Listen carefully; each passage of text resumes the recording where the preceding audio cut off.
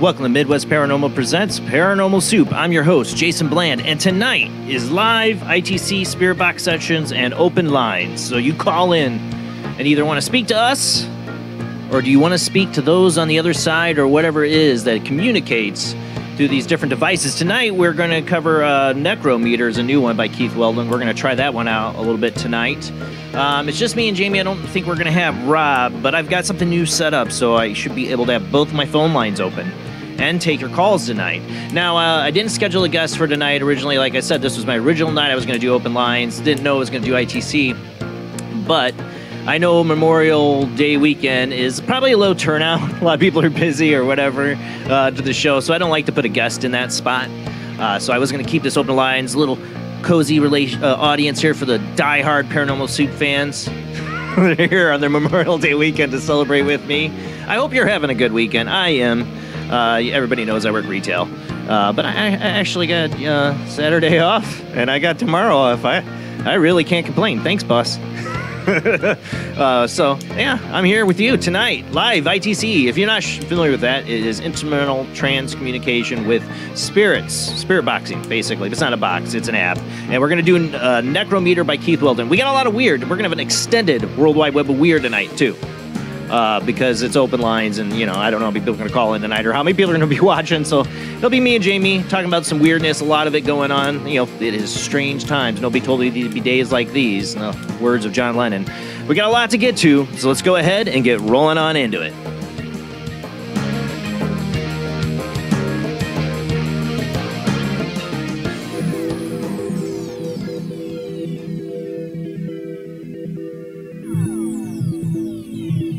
Welcome to another night of Paranormal Soup. As I said before, I'm your host, Jason Bland. No guests tonight. It is open lines and live ITC Spirit Box sessions, which we'll be doing a little bit later in the show.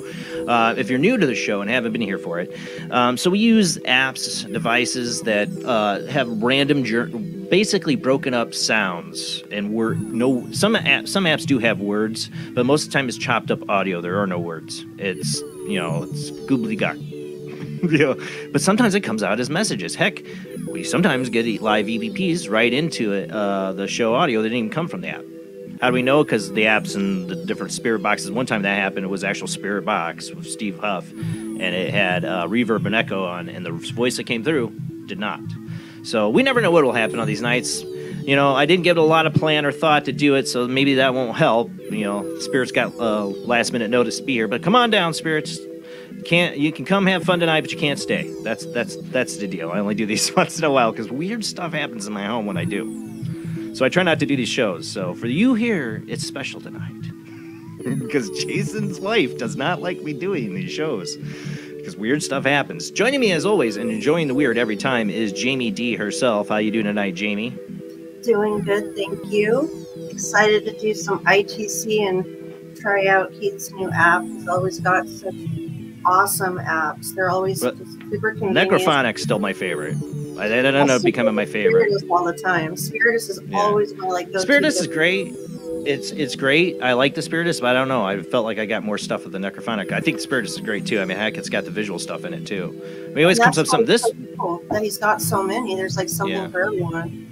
Well, I think this one now is very much what it sounds like necrometer because there's a meter on it. It's taking the phone's sensor to track certain electromagnetic waves, basically. Magnetic waves is what it's doing. So it's a little bit of a meter and a spirit box and some other little cool gadgets in that maybe we'll get to play with tonight. We got a lot of weird to get to, so let's go ahead and roll into the World Wide Web of Weird.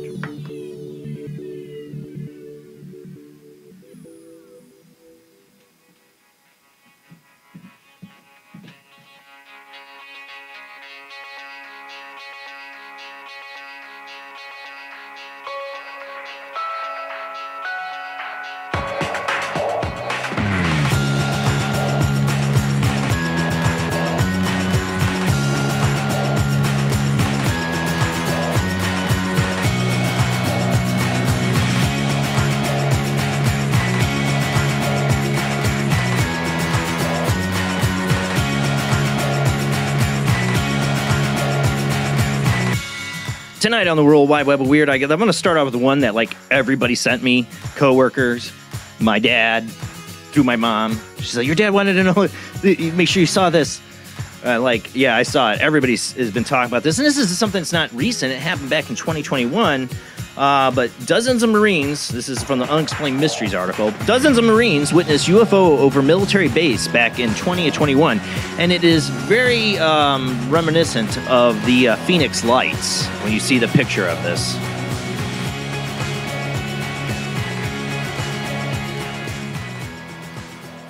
For those listening on the Paranormal Soup radio channel on the Talkstream Live Paranormal Radio app, a lot of words there, we are a live show out on Facebook, YouTube, and Twitch, and you can watch, if you want to watch, here, because we do have videos and pictures that we'll share.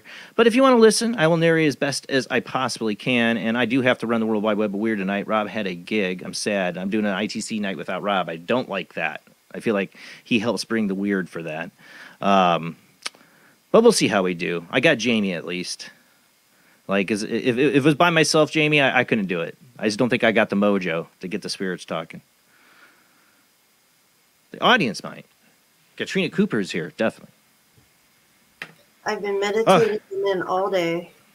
Yeah, I have not done any of that. The spirits are like, that Jason guy, God. Okay, yes, my dad sent me this one. Dozens of Marines witnessed UFO over a military base back in 2021. New footage has emerged of a silent triangle that was observed by Marines stationed at a military base in California. An incident which was brought to light on a recent episode of Jeremy Corbell's Weaponized podcast occurred over 29 Palms Military Base, California, back in 2021.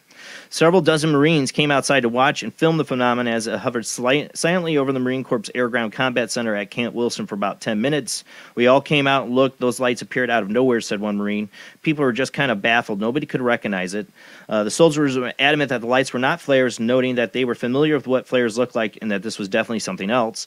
This was something none of us had ever seen before, and another of the Marines said. You can check out the footage for yourself below at the podcast. They have Jeremy Weaponized is his podcast on YouTube, and he has a bunch more pictures than this of what these guys, there's several Marines out there taking pictures. And like I said, I mean, I don't know, Jamie, you're familiar with the Phoenix Lights incident, but this is pretty much just like it looks like. That's what I thought when I had saw it, but I couldn't remember the name. I think the share screen might be frozen. Oh, why? I only see the part where it starts to like pull it up. with the telescopic kind of screen and the screen and the screen. I don't see the. All right, thank you. Let me fix that. Let me remove this. Let me stop screen. Let me try another. Hold on. Maybe I did a setting wrong.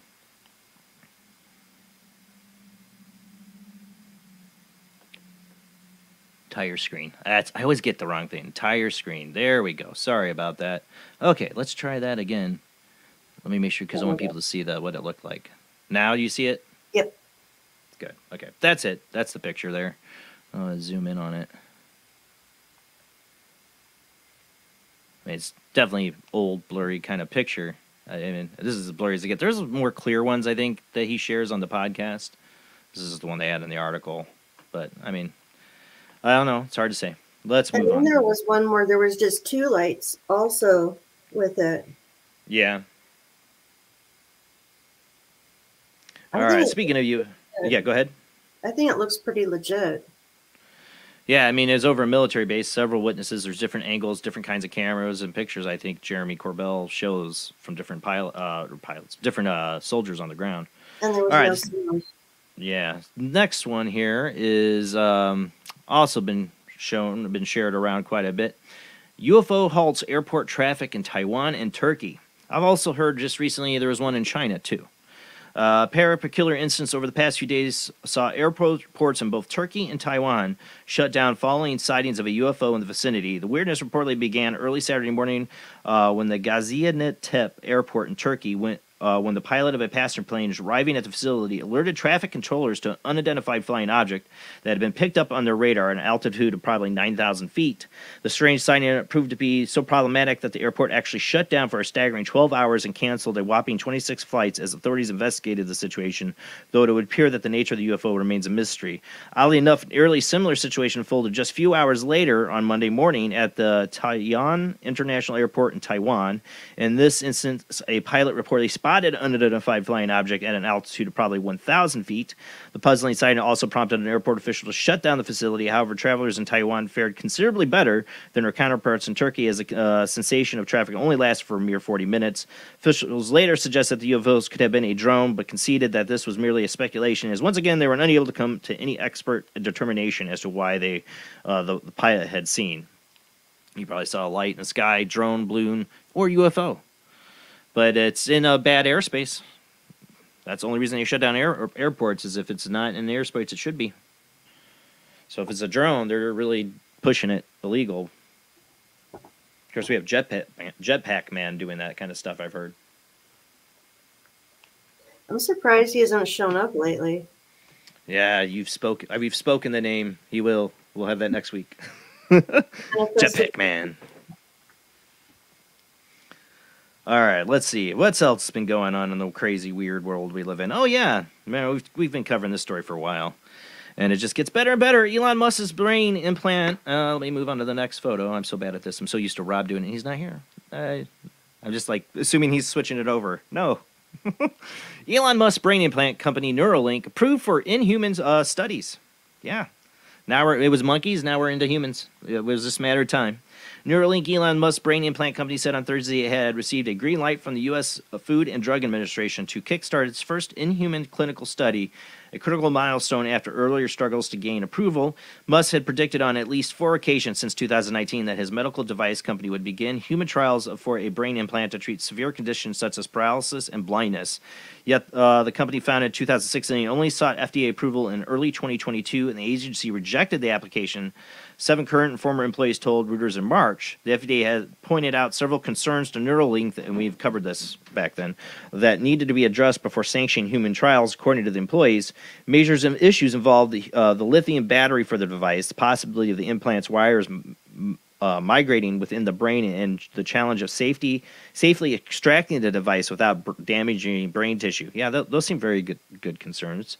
Thursday, FDA's approval comes as U.S. lawmakers are urging regulators to investigate whether the makeup of a panel overseeing animal testing at Neuralink contributed to botched and rushed experiments. Yeah, we heard there was some real nasty stuff that went down with the animals there. But proof of that, I don't know. Neuralink has already been subject to the federal investigations. Big surprise.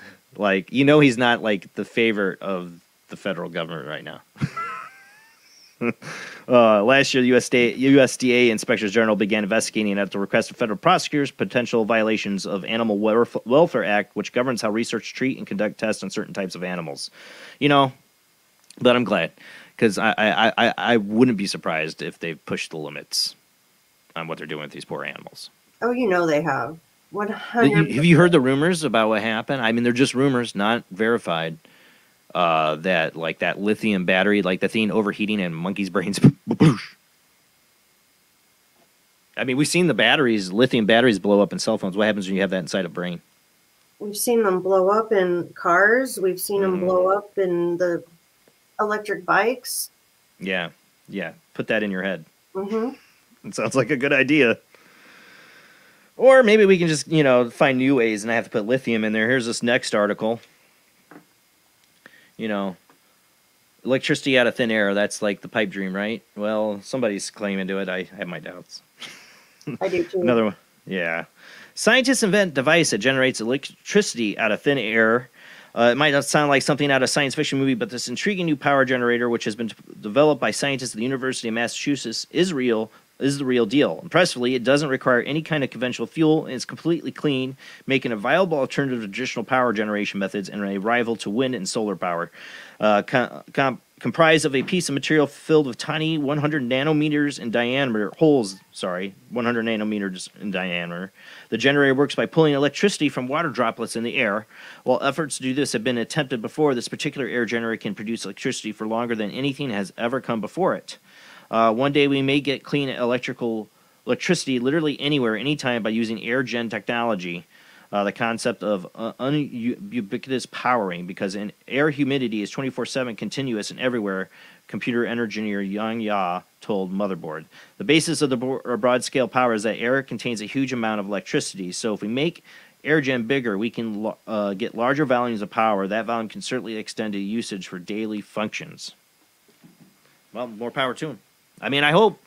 No pun intended there. I mean, I'd be great, it seems like possible. I mean, I could kind of see how it might be able to work. But they're not going to give it to us ever. We're never getting free power. We could have it now if we wanted. Yeah. I mean, remember with that Tesla, he wanted to have wireless power, Well, then how do we meter that or charge that? Well, you don't. Oh, well, yeah, you don't either, buddy. They shut him down. Yep. All right, let's move on. What else do I got? We're going to need all the power. We're going to need a lot more electricity with, chips in our brains and adding robots to the thing. I have to admit, like, the chips in the brain, it totally scares me, but I can't, I know it's like, it's bad, robots taking over AI, it can be real bad. They have to be careful. And I said this was the year of AI, and it really is feeling it. But when AI is going to get put in an Android, what are we going to do? We're going to have Star Wars? That's kind of what I want. But it's not going to be that way. It'll be more like Terminator. An AI-powered humanoid start working as security guards with face, arms, and autonomous mind. That thing would scare the crap out of me. Human-like robots have been put to work as security guards with inventors hoping that the humanoids will be able to find future work and healthcare and hospitality on account of their autonomous limbs and mind. I see. I want my own robot. I want my own C-3PO or R2-D2, but I know this is so bad. I know. Have you seen this, Jamie? I did. I have. Yeah, you're the one that posted it, isn't it? You posted this, didn't? Was it you that I got this from? Yeah, it was you. I remember posting it last week. Yeah. Humanoid power. He was reading one of the comments here. I wasn't sure who he was talking to. Humanoid robots powered by artificial intelligence have been employed to act as security guards. The humanoid robot Eve, which has autonomous human limbs and digital human face, has been working since the start of April, according to vendor company 1X. It's the new role. The humanoids have been monitoring androids that are being manufactured on industrial sites in Norway and Dallas. There you go, Sarah Connor. That's where you got to go. Norway and Dallas. Stop the AI. Stop Terminator. In the event of an android's going wayward or out of control, Eve robot can step into the android's body and take over through virtual reality. What does that mean? Eve Robot. I mean, the company, I guess, they can step into it from virtuality.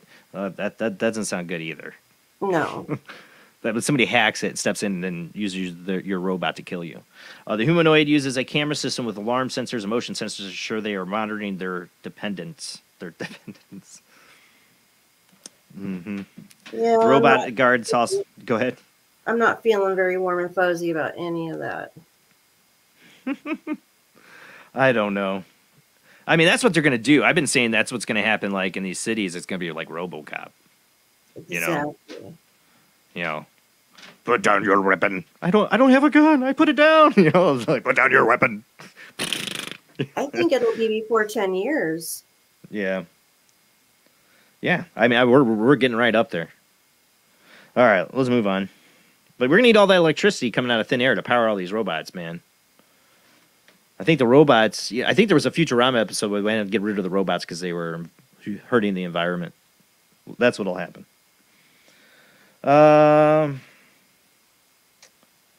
Yeah, while that's all going on, you know, the world's going to crap, economy's going to crap, military bases have UFOs flying over them, airports are shutting down, weirdness all around. We have this next one. This is what humanity's become, you know. Hot Pocket.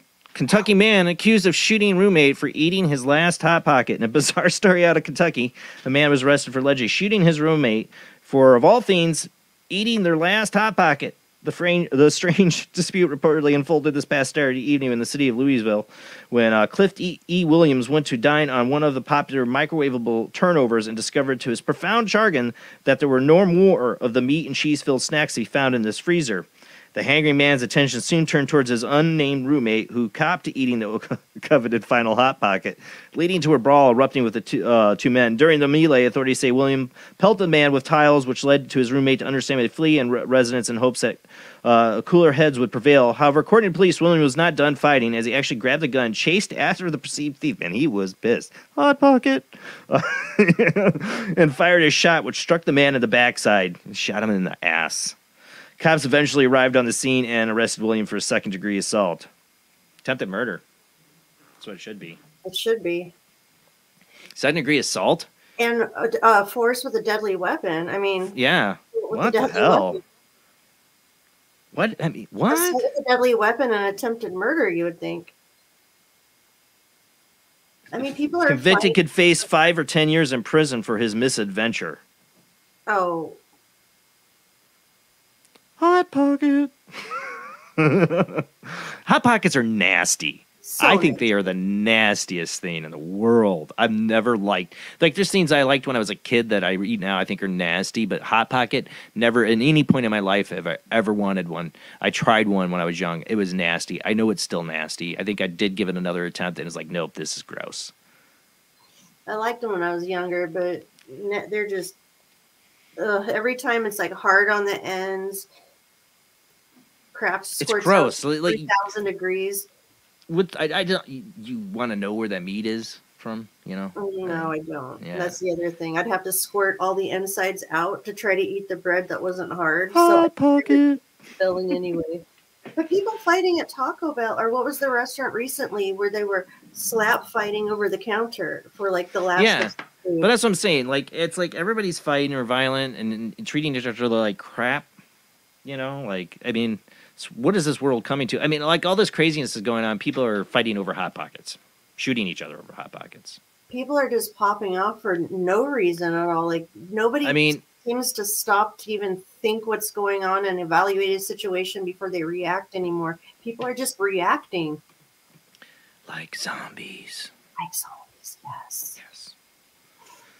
They've been conditioned. All right. Well, tonight we strive for bigger, better conversations and greater minds, and you know, I don't know what I'm saying here, but basically we want to get into the weird and explore the universe as much as we can, the consciousness, spirits. Can spirits talk to you through electronic devices? This last article, I forgot who shared this on my that I had it on their timeline. I'm sorry, but I thought this was really interesting. Is can the dead communicate with cell phones? A $44,000 BIAL Foundation research grant has been approved to see if they can communicate. We've had this these kind of guests on. and ourselves doing experiments, we do believe they communicate through cell phones in multiple different ways. I mean, we've talked about the text coming up on your phone. 100%. Yeah. What are you saying? 100%. I believe it. Oh, yeah. I mean, besides the fact that I think they can manipulate these apps. I mean, I had somebody recently go, "Oh, that's not a spirit box you're using on the show." I said, "Not much anymore. We have, but a lot of times it's apps." And I've had some of the craziest stuff come through. And I wouldn't have believed it either. Radios, TV, phones, any electronic can be manipulated with their energy. Phantom messages. What's his name? I am so sorry. Totally forgetting his name. Wrote the book. It's my commercial line. Oh, my brain's going lag. Joey Pinito, whatever. I'm totally butchering it now. He's probably, hope he doesn't watch. Had a great book, Phantom Messages, where they talk about all these cases they were involved in, where like would control the TV and like control the cable box, like to put codes up and stuff that was like communicating to them, and like would know people's social security numbers and stuff like that. Crazy, That was old school cable box. Remember what a cable box is there, kiddos? Yeah. Oh, yeah. Remember the black box? Mm-hmm. But, they can do these things. I mean, I honestly, if they can do any of that, why can't they manipulate an app or device to communicate? I always also think, and Keith Weldon puts this in the description of this app, is that they also affect randomness or something in randomness. Mm-hmm. And what do you think? Tarot card deck is randomness and kind of a communication. Mm-hmm. It's something in randomness, and it's like the quantum effect, like Schrodinger's cat in the box. Like you don't know what's going to come out. You don't know what card's going to get pulled. You don't know where it's going to get pulled, and because in that unknowing, anything's possible. Like a quantum effect. I don't know. I'm talking out my ass, but that's my theory on it. And I've had crazy stuff I would have never believed. I would not have believed half the stuff we've gotten on this show. When I first started doing it, I thought we're going to give it one shot, 2 shots, see how it goes. But it's been pretty interesting. Never know, though. We've had shows where we don't get anything comes through. So tonight, call in, join the conversation. You don't have to do the spirit box. You don't want to do it. Some people are scared of it, and I get it. And I don't recommend doing this all the time in your home or anything like that. Yeah, definitely don't. You can take it on ghost hunts. If you're a paranormal investigator, I don't think you should do it in somebody's house that's haunted and you're trying to help them. I don't think that's a good idea either. But some nights, maybe if you have a show like mine, you have phone lines, you experiment, kick it around, and hope nothing too weird happens afterwards. And you can call in and see if the spirits will talk to you. We will get those phone lines out to you after this short commercial break when we come back.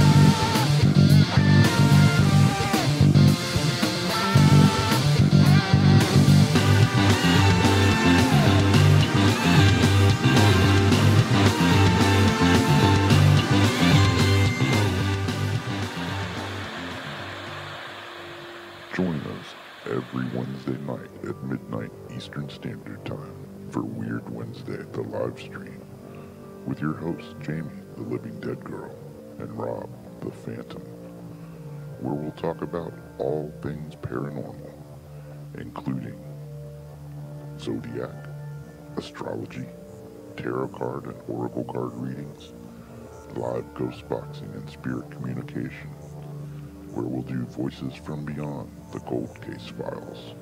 So we hope you join us live on Facebook and YouTube every Wednesday night at midnight Eastern Standard Time. We hope to see you there. Bye-bye.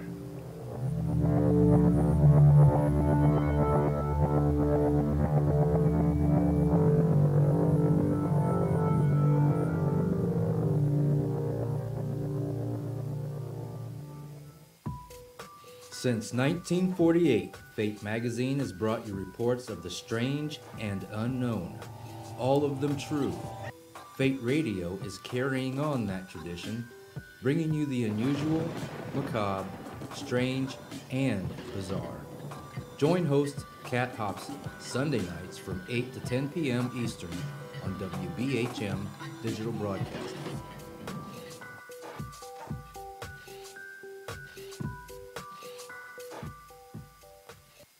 of the second kind, physical evidence of a UFO. Close encounters of the third kind, contact. From Steven Spielberg, the director of Jaws, comes one of the most ambitious and unusual films ever made. And what you will see has never been seen before. It's a cosmic mystery crossing what many scientists believe will be the next threshold of human experience. It is called Close Encounters of the Third Kind. It begins in an Indiana town and leads to one inescapable conclusion. We are not alone.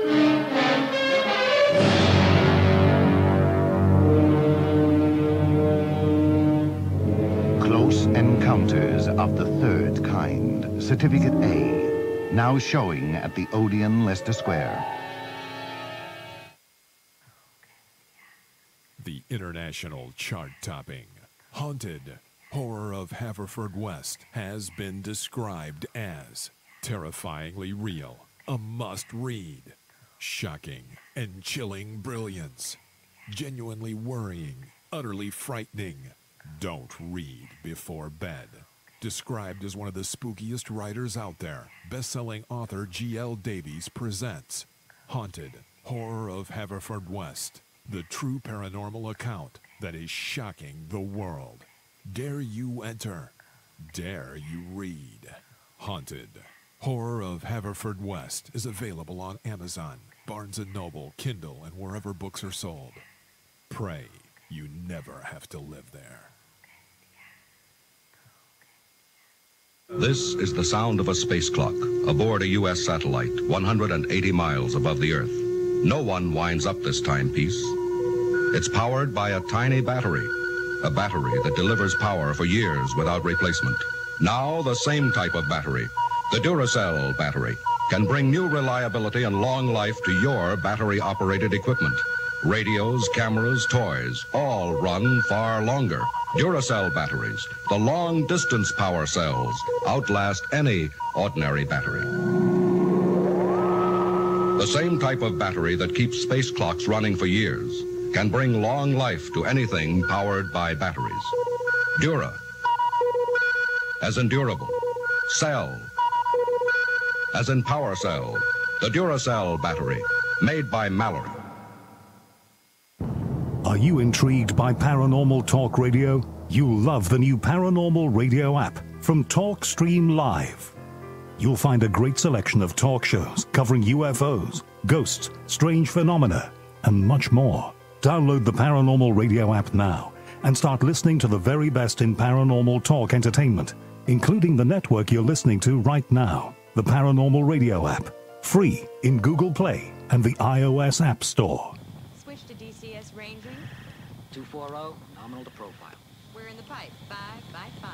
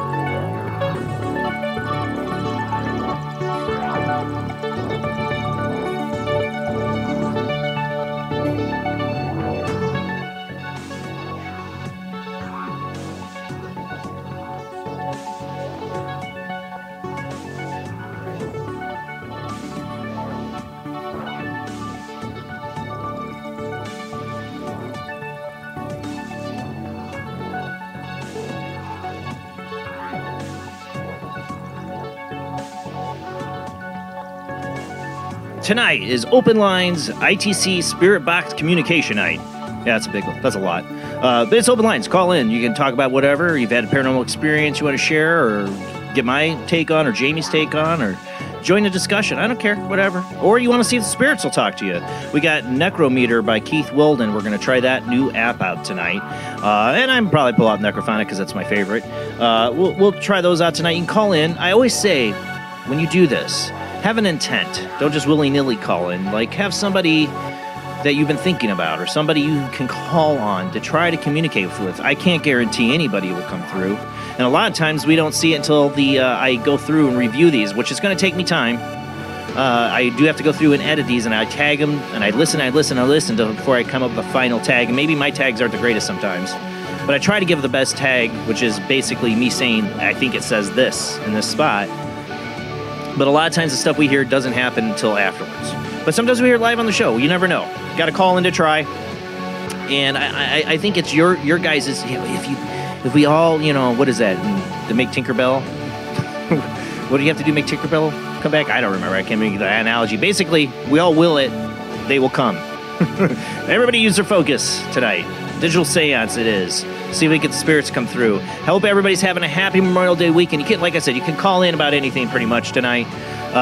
Leave politics to the side, please, because I don't care. But you want to call in and talk about life experience, whatever, new show, I don't care.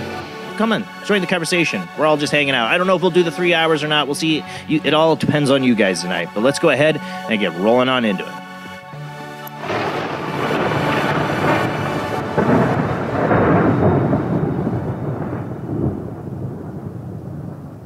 All right, my wife reminded me as soon as I went upstairs, she's like, you didn't update them on the possum.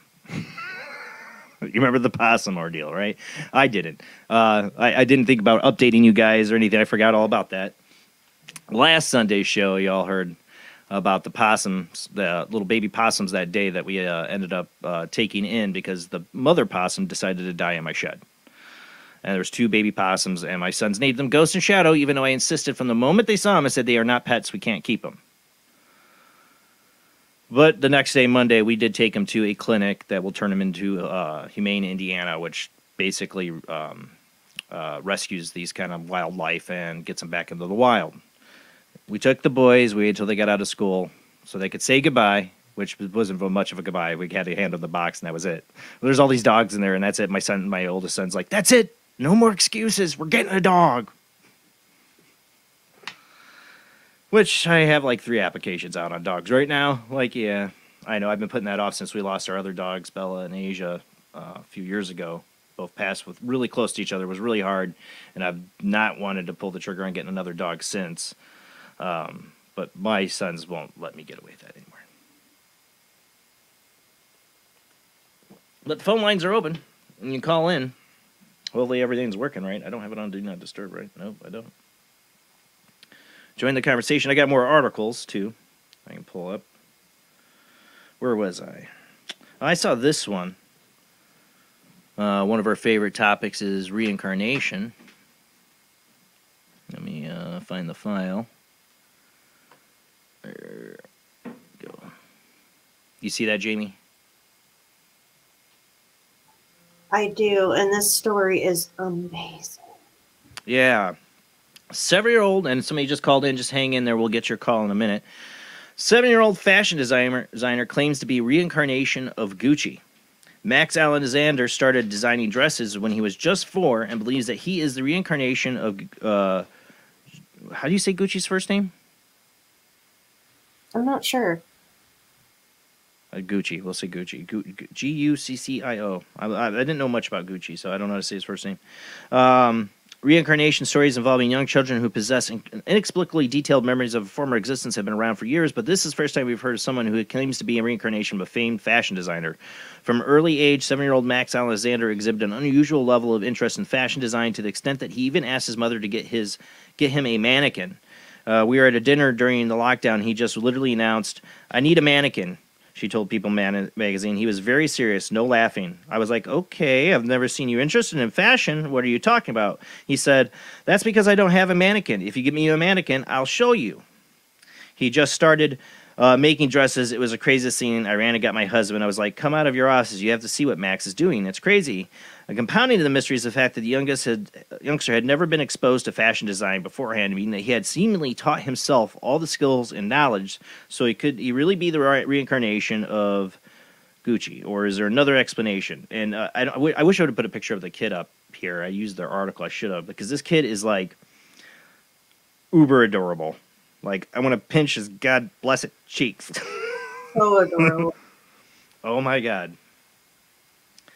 I think it's possible. You know I do. I mean, what happens if the veil starts to break? You know what I'm saying? Like, people start being, more kids are reborn with their past life memories. How would that change the world? And I mean, Gucci, what makes him different than everybody else that he comes back and remembers who he is? Well, because he's bringing those skills too at a young age. He's able to bring what he learned in his last life. I guess, like, you bringing those, if you know what maybe ruined mankind before, or what helped propel it, you could bring that into where you're at now. I just don't see how to explain this. Something like this. I mean, they say it had no influence. No influence. And sure about that? He wasn't like watching, like, I don't know any. I would have like a really quick remark, like fashion shows out there. I have no idea what a fashion show is either, you know. But or if you started watching YouTube videos, but there's a kid that, you know, was naming off this little island saying he was from it. We did a story like a few weeks ago, down to the village on the beach. He knew airplanes landed on the beach, down to a color of a dog, that they were able to verify the entire thing. Yeah. There was no way this kid would know something like that. So I hear this thinking it's totally possible. I mean, how many, you know, like I said, if this, maybe it's something that's an awakening would happen. I wonder. You know, it seems like we are getting more of these stories about kids remembering, but a lot of the 911 ones too. You know, those are interesting. We got Zach on the line. How you doing, Zach? Having a happy Memorial Day weekend? I'm having a great weekend so far, my friend. How about yourself? Doing good. Doing good, man. Thanks for calling in. All right, so I'm going to pass on the Spirit Box tonight, but I will tell you about two events that happened to me recently. One was a couple weeks ago, and then the other one actually just happened today. So the first one, I'll go back to the one that happened a couple weeks ago. I was out in my backyard. It was about 7 o'clock at night. I'm in my smoking area in my backyard, and I looked down my brick walkway about 20 feet away. I see a shadowy blob looking at me from the corner of the patio end, and suddenly I start following this thing until it goes to where my kitchen is at, and it just phased right through the wall. Wow. And there was no light source whatsoever in that direction when it happened. I said, oh boy. I have not seen one of those shadow blobs since I was in my apartment. Right. About 5 years ago, and I said, "Oh, I hope it's not coming back." Because I'm one of those. Not to give too much detail, but I was on the toilet one time and I saw it ducking into my bathroom mirror, and I said, "Oh no, nope. You had to come at the wrong time to try to make an appearance right now." I do not like that at all. I said a lot of things that I can't say on radio, so there's that I had recently. But today, I took a day trip down to Yuma, and I got to go to the Yuma Territorial Prison. And I went to the part of the prison, it's called the Dark Cell. And for those who are not familiar with it, the Dark Cell was the equivalent of solitary confinement in the prison. It's completely dark in there. There were no beds, nothing. Any of these prisoners were stuck in the dark. The only source of contact with other human beings is when the guards would bring in their daily rations of bread and water. Oh, wow. There was nothing. Now, it's 82 degrees outside when I go in the morning. I walk into that dark cell. I'm completely alone by myself. To the left of me, I feel like somebody is looking at me, and I can feel some slight breathing. You could feel the breath on you, or? I could feel the breath on me. Like on your, where were you feeling it? I was feeling it on my cheek. Oh. And I'm 5'6", so whoever this was either had to be my size or they were taller. And it finally disappeared when my buddy that I was with, he walked in there with me, and just suddenly it was gone. So I just wanted to share that bit of information. That happened after the shadow blob, right? Yes, the second event happened today. Okay, right. Okay, just making sure, because you want to make sure you didn't take anything home with you. Oh, I hope not. They can go right back to where they came from. Well, thank you for sharing, Zach. Maybe they'll come through on the box. Absolutely, guys. What are you saying, Jamie? Maybe they'll come through on the box. Right. Zach won't do the box. He won't do it. I just need him to. What's in the box? Since he's watching. I'll pass on the box. But you've connected through these wires. It might still happen. My question for you, Zach, is do you like Hot Pockets? Question of the night. No, I think I'm absolutely disgusted by Hot Pockets. Thank you. I think whoever invented them should get slapped across the face. They invented one of the worst foods ever made. Oh, yeah. You got to imagine how bad it is. I mean, my wife is like on this big kick of like reading everything that's in everything right now. Like, oh my God, you can't be eating this anymore, and you can't eat this anymore. All these things have all this. You're eating plastic, like because we have the worst FDA in this country. Like they are the worst. They will literally let. I mean, look, we just talked about them letting Elon Musk's brain implant through. They will let anything go through. You know what I'm saying? And, you should be concerned about the stuff you're eating. And I guarantee probably a Hot Pocket's pretty nasty, what's in that. Well, I will tell you this, though. Like your wife, I am a label reader. I do read what's on the back. Let's try to... There we go. Okay. Yeah, well, my wife's getting real hard up on that. I mean, she's planting an even bigger garden. She's like, we're going home, food, I'm done with this. But she's right. Right, she is, because it's crazy. Like I said, we have the worst FDA in the world. Well, thank God Hot Pockets don't grow on trees, so you'll never see one in your garden. People are going to be killing themselves for Hot Pockets. Hot Pocket in the apocalypse. The last Hot Pocket in the world is mine. Don't let yourself go down in the apocalypse for Hot Pocket. Well, no. I mean, I already see fights over at Popeyes. It looks just like a UFC fight. For that, I'm like, no. I don't see that at Chick-fil-A. All right. Well, I got to let you go. I got two other people on hold right now. Al, if you're everybody, have a great weekend. You too. Al, if you're listening, you're on hold, so you can't hear the audio. So if you can hear us on here, Al, just hang in there. I got you on hold because I think I got Adrian on the other line. I think it was Adrian. Is that you, Adrian? Yep. How you doing tonight? Oh, I'm doing real good. Before I do Spirit Box, I have a couple of stories. I've had an action-packed day. Ooh. Just a little while ago, right at dusk, I heard my dog barking her head off outside. I'm fenced in. And it was a fox that was calling out in distress with a really screechy bark. I'm not going to try and imitate it because people will choke on their beverage. We get the idea. He was up a tree. I went out there a second time, and he was up a tree screaming. And I went back in and came back out again because he was still screaming. My dog's going crazy. And he took off when he saw me and then was chased by a mountain lion. Oh, my God. Yeah. And then I went back out a little bit later because my dog was barking again, and I saw the mountain lion again twice. So that was pretty freaky.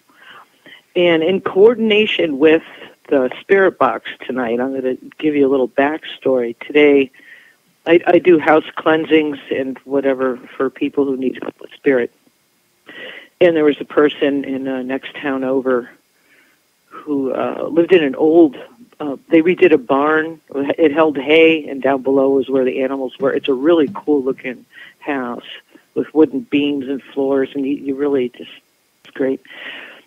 So their son's been having a lot of trouble, their youngest son, like being held down, something grabbing his feet, sitting on the edge of the bed. They see dark shadows and, lights go on and off and just weird things. So I went and made some real deal tar water, like the real thing, and some moon water with holy water, and I had a couple of rituals. I was going to do the whole house, but her husband got called into work for night shift, and so he had to sleep.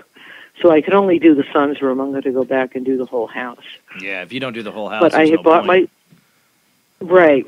But at least he's a little... Yeah. I brought over a blessed St. Michael statue, which really helped me. And anyway, I showed her what I brought, and I had a long pheasant feather in the basket, because it has a pointy tip, and you can dip it into the little 3-ounce bottle of tar water and do windowsills, door frames, thresholds, and etc. Because it was long and easy to use. So I went around the first floor, anyways, and well, actually it was the second floor because the first floor is the barn area. And when I came back, we couldn't find the feather, and we both knew the feather was in the house. We looked all over. We thought maybe the cat took it. Right. Anyways, when I was leaving out by my car, there's the feather, and it looked like it'd been through heck.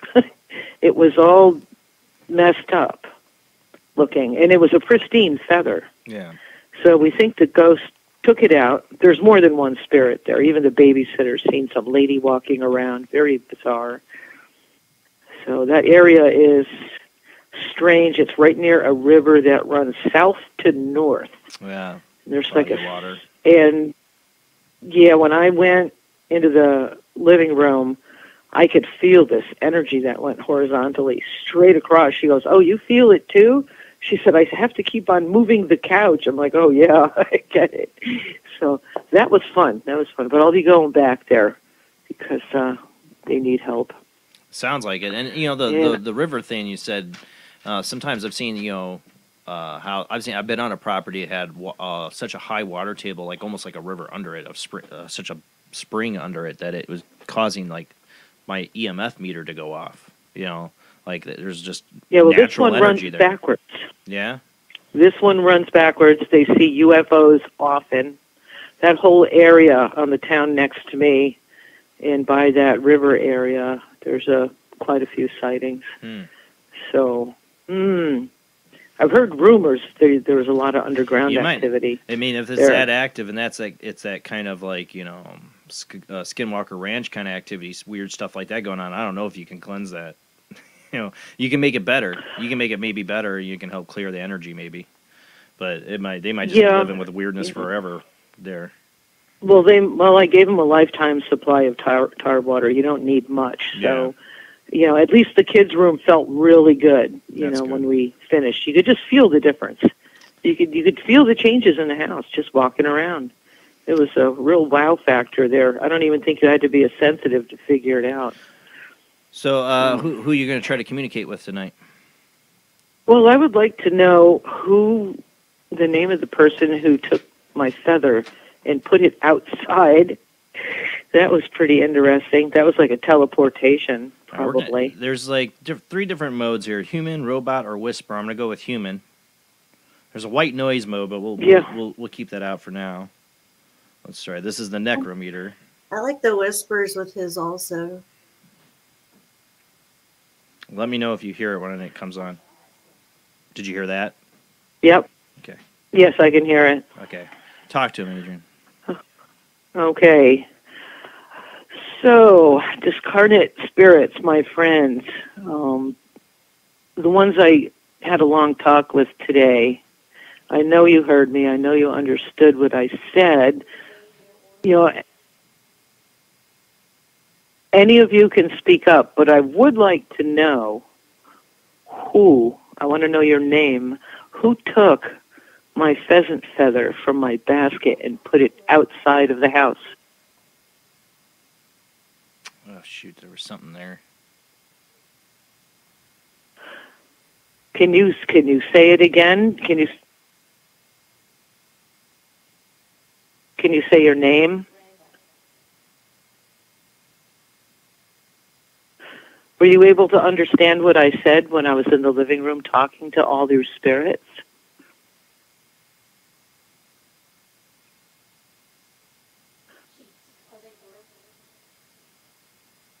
Is there anybody else in that house that's controlling you, or are you the controller?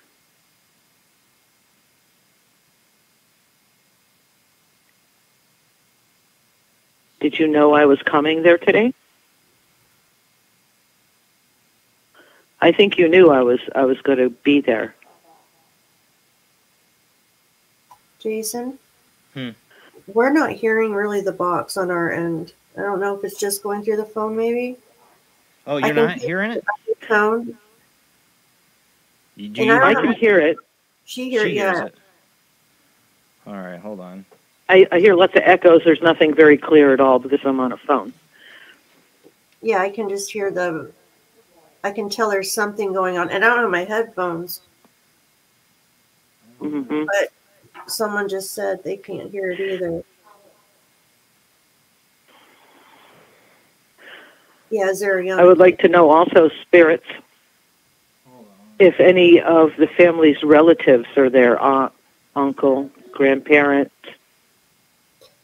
We might want to wait a second just in case the part's not recording. We won't be able to hear playback to get the responses.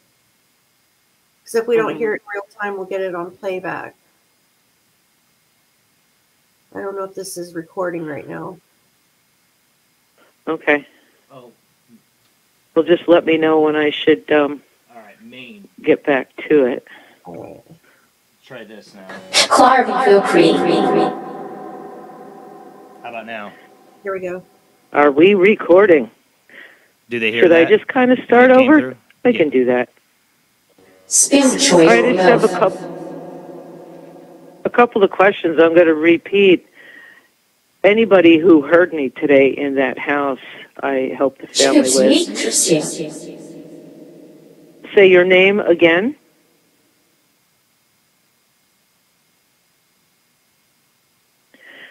Were there any family members there that are deceased? Did you used to work there when there was a farm, or did you own that farm?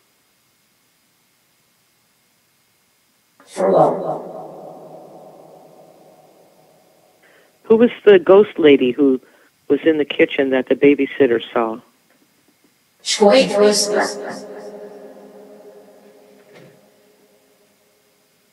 Who's bothering the youngest son, holding him down? I know you heard me. Maybe you're not even around anymore. That would be good.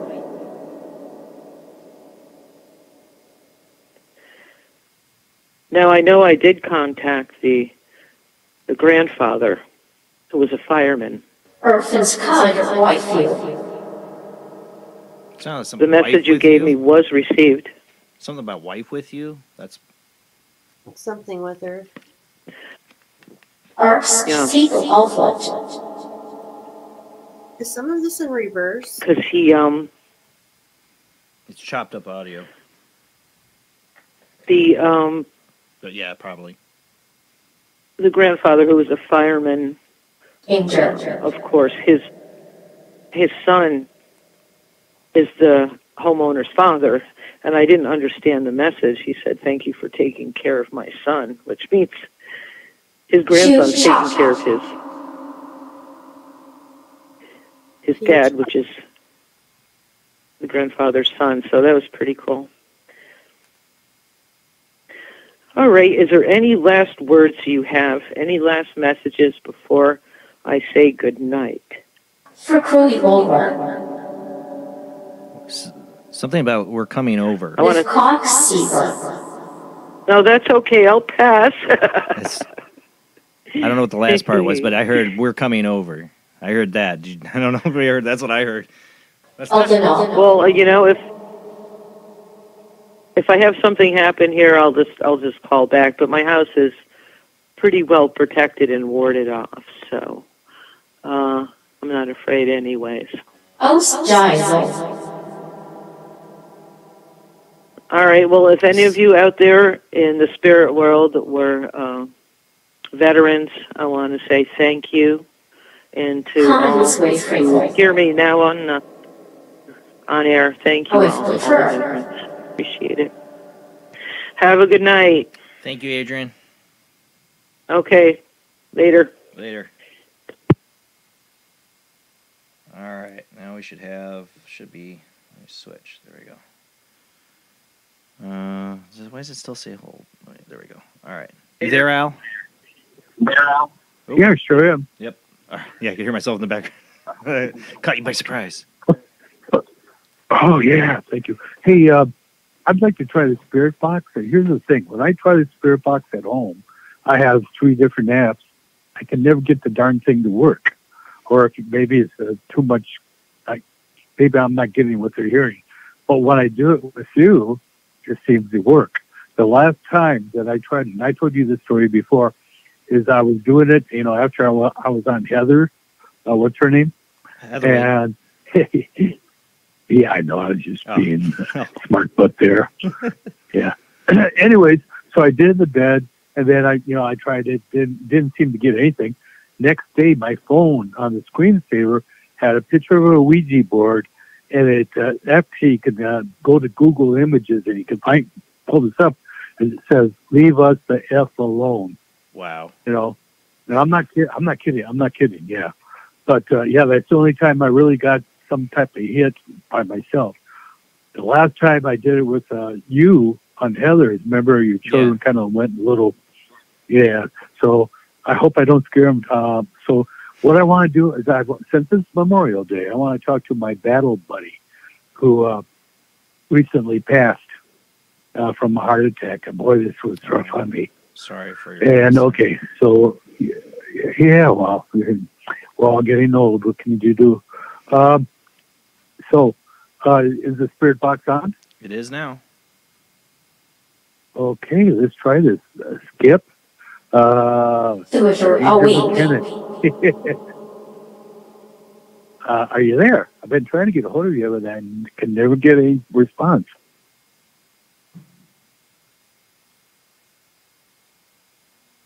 And it looks like I'm not going to get anything tonight either. Yeah. Let's try one more, and then I'll get Fish. Yeah. Wish? Fish. Donald. No, nothing. His first name was Donald.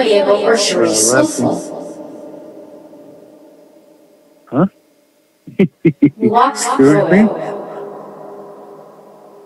Oh, really? Okay, hey, Skip, are you there? Are you there, buddy? I really, really miss you, buddy. But if you're there, even if you're not listening, I love you, buddy, and I miss you deeply. Okay? I guess that's my answer. Let's see. Jamie and Jason, thank you very much. Oh, wait a minute. That was this. Hey, whoa. That was a different one. Voice. No, that was the robot voice. Did he sound like a robot? I just switched it to the robot because I haven't tried that one, and I came through like that. So you said it sounded like him? No. Leave it on. Leave it on. That one's a lot louder. Hold on. Okay. Hey, Skip, hands on keys.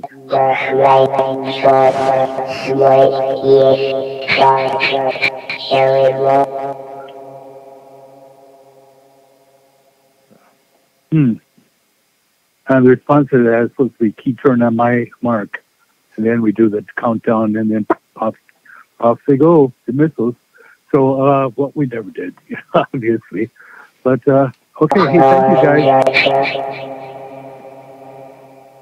Good God, why is it doing that? It's like it's responding, but I can't make anything out of it. Can you guys make anything out of it? Not yet, no. But we will listen back. I wish you all. Yeah, I'll listen back. The robot one's pretty crazy. I wonder what it sounds like without echo. Let's get rid of echo. Hey, do you guys know Mr. Haunted is in the house today? He is. I saw Mr. Haunted.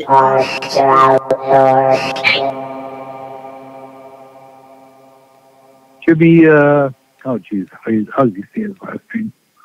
Jimmy, sir, you there?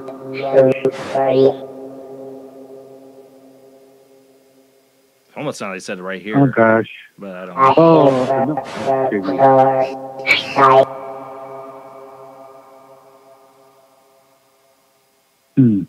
Okay. Hey, thanks, guys. We tried. Well, thank you for calling in, Al. Okay, bye-bye. Have a good night. You too. Yeah, that's a robot voice one. That one's a lot louder, too. I thought it just did that. I was like, holy cow, that's like, a battle buddy. I was thinking it was a raid. My mind for a second just went, whoa. No, that was my bad. I was like, let's see what this does. Oh, oops. Yeah. What time is it? Call in. I don't know if I'm doing a full show tonight. We'll see. I had more articles, too, though. What did I cover? The Gucci thing. Oh, yeah, I saw this as a weird one. Let me pull this up.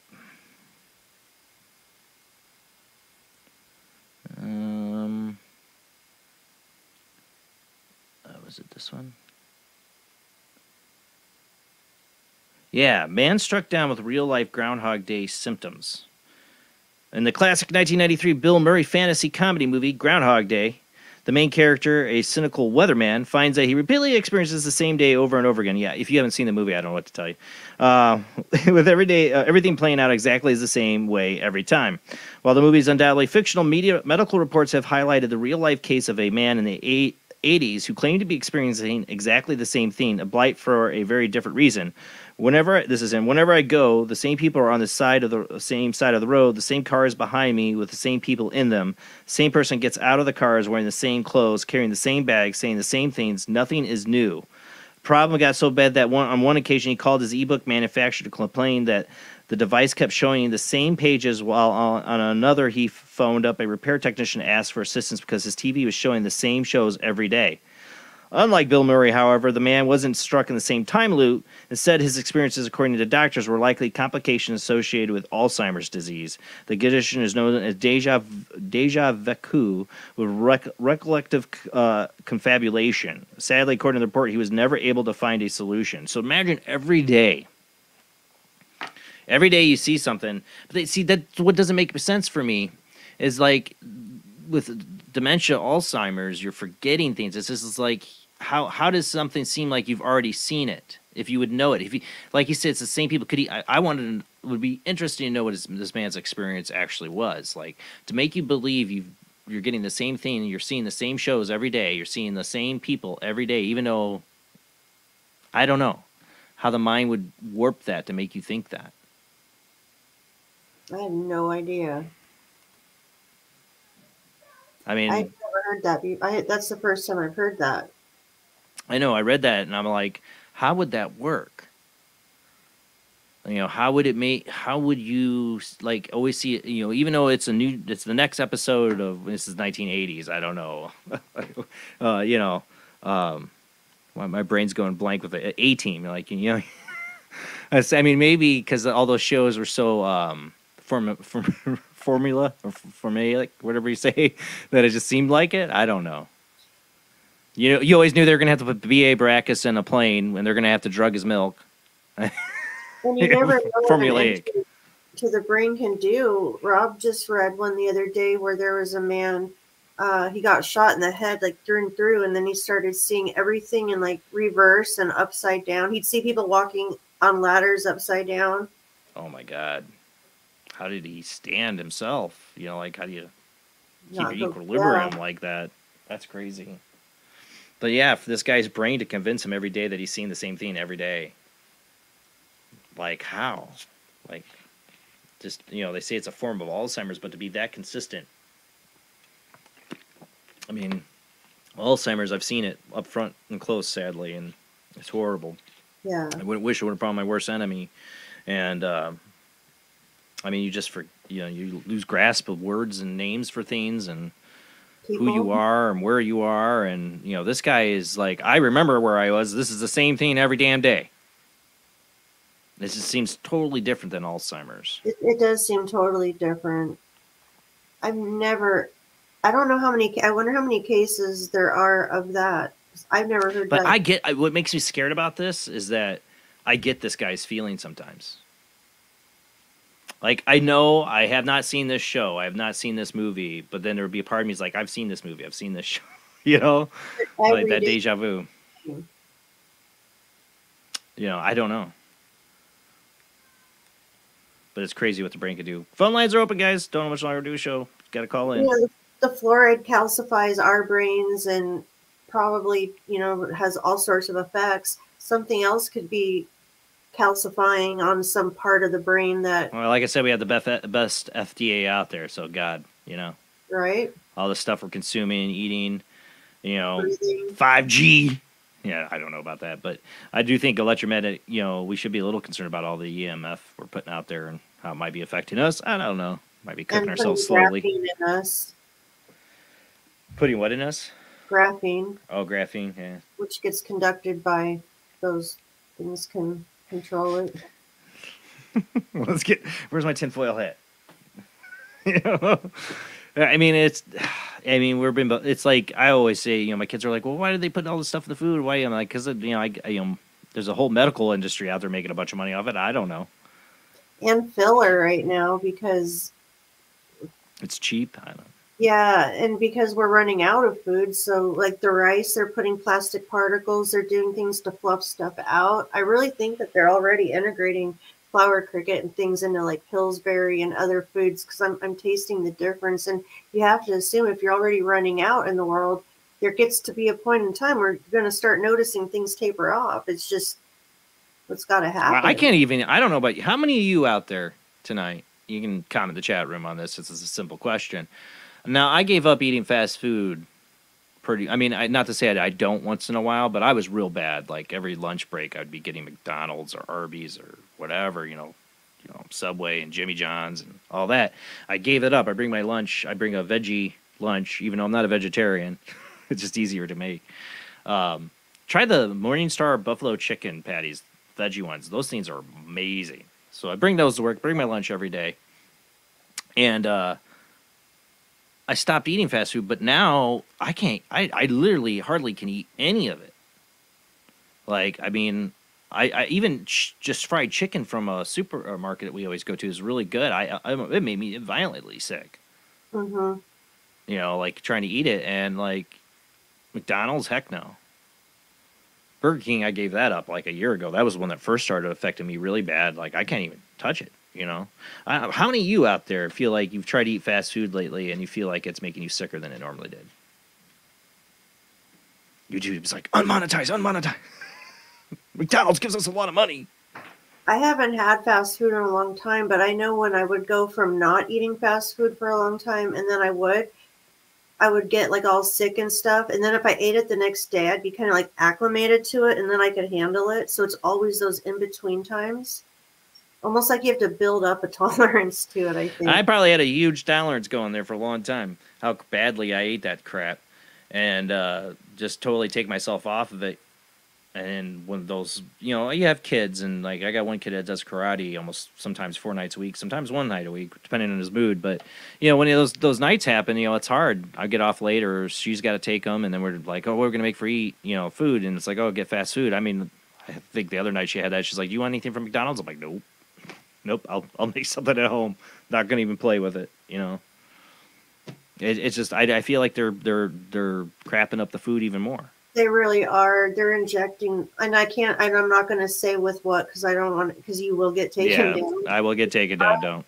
They are injecting food and growing things in our food on purpose right now. So. Well, Bill Gates is buying up all this farmland and talking about also him and John Kerry are talking about shutting down farmers, that they're the biggest polluters, blah, blah, blah. I'm like, screw you. You know the biggest polluters are these corporations that give you a ton of money to political donations that say they're doing stuff to help the environment and and all that stuff, but they're probably the biggest polluters. It's like they get some check marks to say, yeah, we're helping the environment, put some money into this, yeah, we're doing this, but at the same time we're polluting all this crap. To get that green certification. Yeah. Gates owns what they're claiming is 270,000 acres, half the size of Rhode Island, but I think it's got to be more than that. And they want to shut down farmers here like they did in Belgium, They're giving incentives to them around the Colorado River, telling them, oh, for environmental reasons, we're going to pay you not to farm right now. So they're paying. You want to help the environment with farming is that you have smaller farms closer to bigger communities that need them. The problem is the big cities getting the food into there. You know what I'm saying? But I'm just saying you have smaller farms and you have them more. You have more of them located that do things more organic and naturally. And that's why Susan's right for what she's doing because you want to keep it small, local, and we have to just start back over like that. Like we really do have to start growing our food at home. I know. I mean, the Depression, that's what they grew their food. They canned it, and I don't know how we make it if things fall apart here. I mean, we're fighting over Hot Pockets. Hot Pocket. I'm sorry, Kentucky man this time, not Florida man. But I'm just saying, like, how the heck do we make it? The generation of the Depression were tough people. We are not. We are so not ready for where things are probably going to go as a society, especially in this country. We are not ready. Do you hear all those? My kids upstairs, probably. Oh, I don't know if those gunshots or that's got to be fireworks. Never mind. Oh, okay. Not here. Unless you're hearing it outside. Yeah. Yeah. Well, it's Memorial Day. Yeah. Oh, that's right. Yeah, it's probably fireworks. Mm-hmm. Yeah, I'm surprised I'm not hearing them here in Indiana. It's like any excuse for fireworks, people are in. I see somebody trying to call in here. Is it doing the hang-up thing?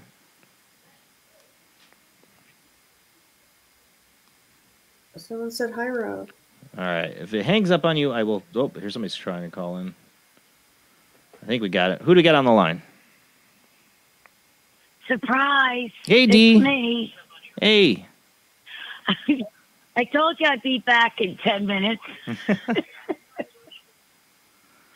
I had to take a shower before it got too dark. It's 12:15. Oh. Yeah, God. Yeah. And I'm going to a parade tomorrow. You guys going to one? No, I have always personally been completely bored out of my mind of parades. My children feel the same. They're my sons. Oh. I don't know if they even have a parade here for that. I don't know. For me, I'm just parades. Ever since even when I was a little kid, I just thought parades were the most boring thing in the world. I actually thought fireworks were pretty boring too. I was just never interested in any of that. I can never do parades. Yeah. Well, Fuzzy's taking me tomorrow to the parade in Glassboro that we see every year for Memorial Day. But I'm not too sure we're going to the Beverly Parade. That's up, I don't know, probably about like an hour's drive. Well, I never got parades. It's like, oh, we wave at these different cars. Okay. I was just like, I am such a cynic. I've just never been like, I'm bored. Even when I was a little kid, I was like, about the only thing I ever liked at the parades were the Shriners and their little cars. That was awesome. Yep. I always liked that. Oh, yeah. That's what they have in the Runnymede Parade. But the Glassboro Parade, they'll have some of the Shriners and the bagpipes and a lot of the military, plus about like 7 different string band organizations. The Quaker City, they're going up to Upper Darby or something in Pennsylvania. But no, Delaware County, that's where they're going.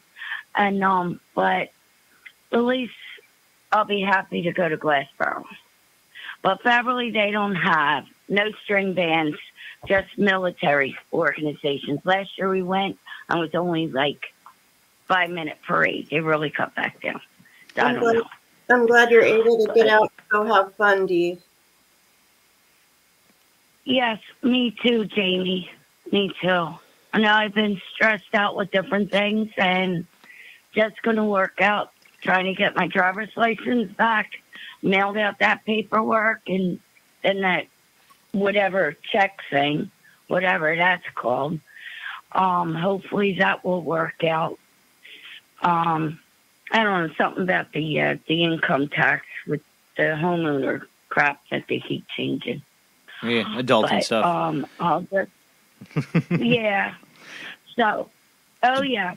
But the thing I posted tonight, I warned people on my wall, and when I saw the group, it said the Old Mummer Memories group or something, and I saw a post, and it was this game about counting how many faces are in a tree, and I'm like, wow, I already seen this posted on another group page, and it was a scammer, and you're writing all the numbers, and then that person messages you saying, can you please message me back?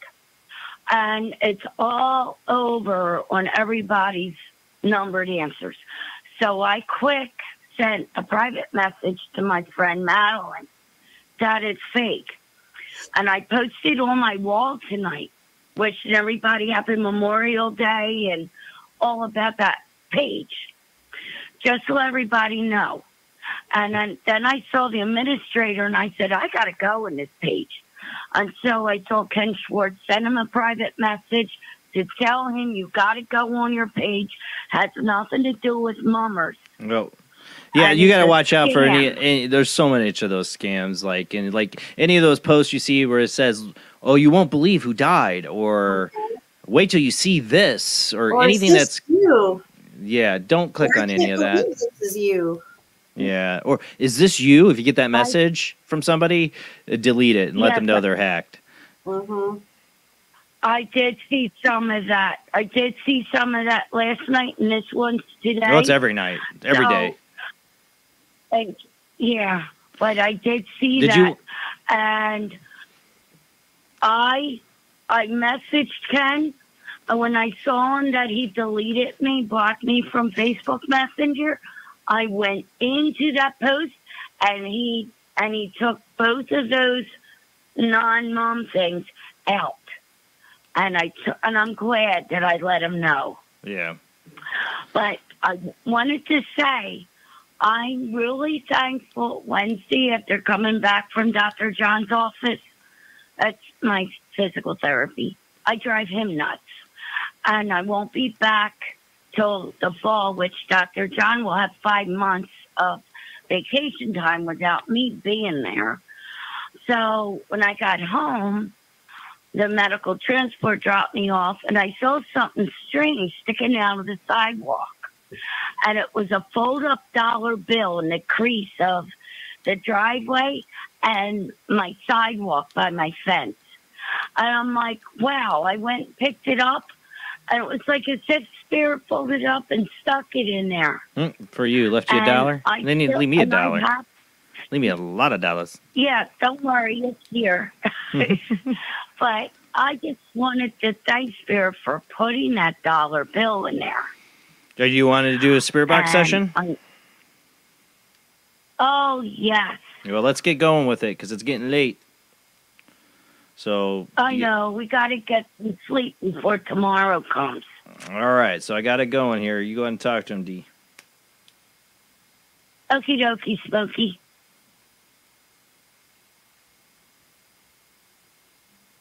Should be going. Oh, I'm waiting for you to say, okay, talk. Oh, you can talk. You can talk, yeah. Oh, hello, dear spirits. I just wanted to thank you for the dollar bill that you put in my driveway. And I don't know, I think it might be for my mom, but I'm not too sure. But I wanted to thank you for putting that dollar bill out there. And I have the dollar on my, the mantelpiece or something, the divider. And I have it on the shelf. But also, if you could please have my lawyer call me. You got to give it time to speak. D, It said see something about posters. It said, but you got to give it time to speak. You're talking too long. Ask a question, and then let it talk to you. You talk too long, then you're going to miss like any answers. Okay. So ask a question, validating one, or whatever you want to do. Who are you ever trying to reach?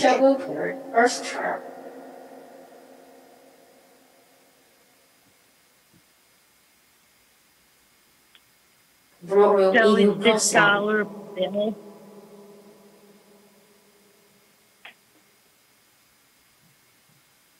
Go ahead, Dee.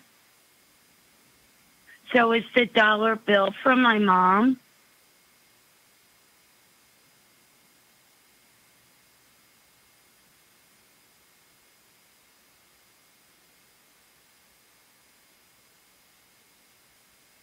So is the dollar bill that was outside my...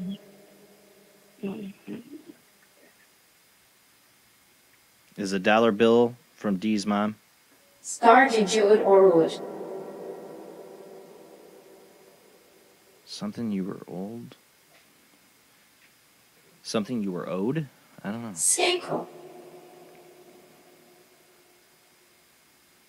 Okay.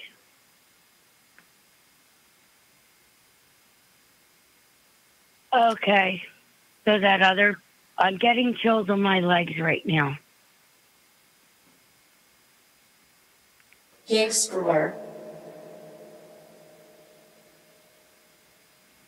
door? Oh, yes. Tommy.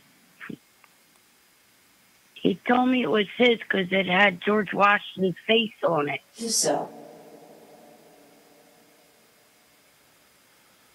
Sound like I he's kept there. it. Yes, he did come home tonight. I'm furious, swiftly.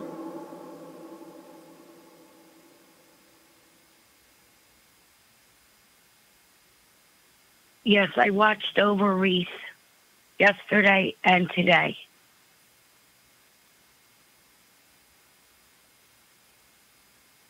Yeah.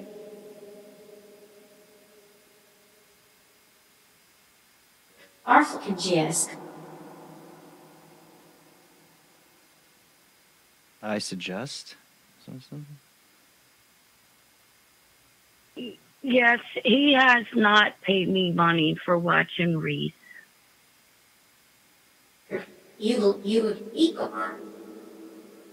Something like say you will pay for. Isn't that what it's saying? Or evil, you will. I don't know. Also first destroy.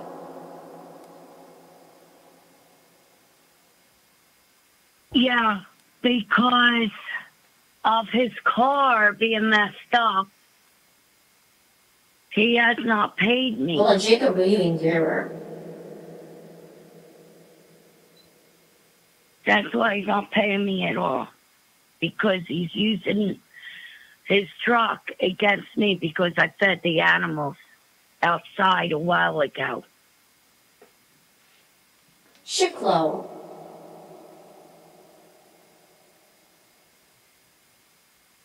So I'm just doing it out of my spirit, watching over Reese. I almost think it was you were saying Spirit said talk to Spirit. Let's be away, get through.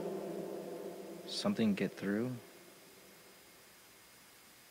I feel funny.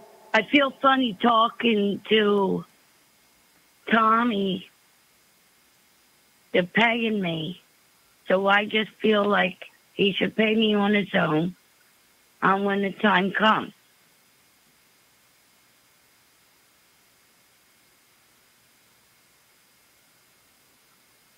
George logo or first step. Something that's the first step.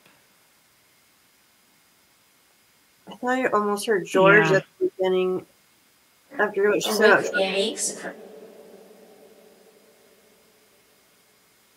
After she said about and George he knows I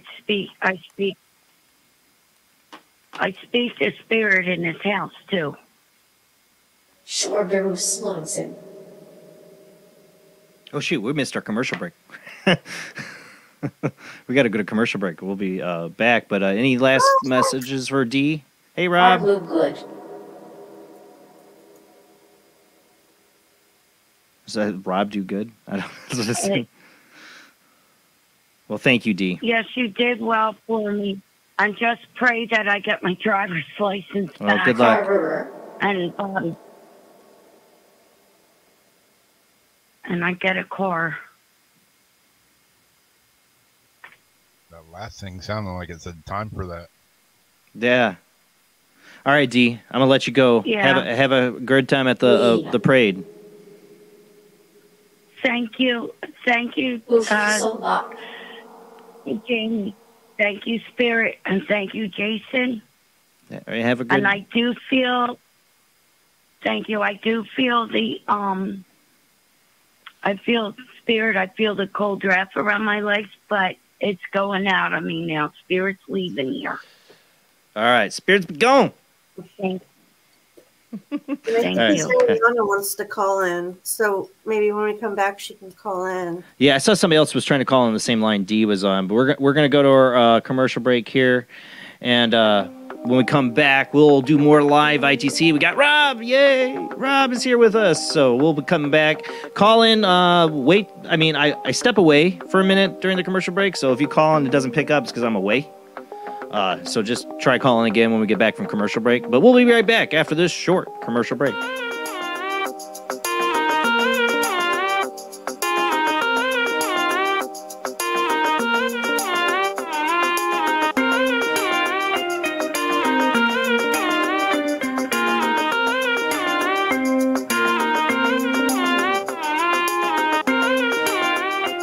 He is conducting an experiment into the combined effects of sensory deprivation and hallucinatory drugs.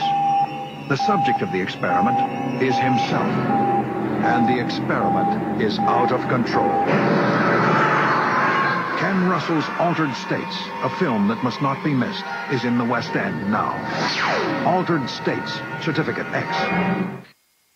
Do you wish for more paranormal and spiritual content? The Paranormal Chronicles magazine is a free digital magazine crammed with the very best in paranormal and spiritual articles and features. No sign-up, no subscription, just free reading and knowledge for you. Read today at www.paranormalchronicles.com/magazine.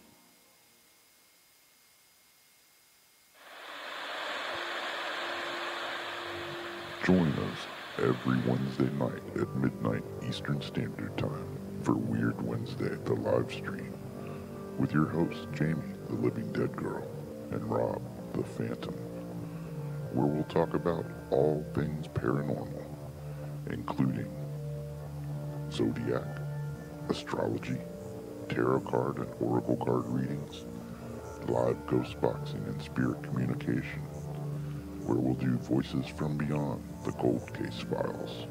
So we hope you join us live on Facebook and YouTube every Wednesday night at midnight Eastern Standard Time. We hope to see you there. Bye-bye.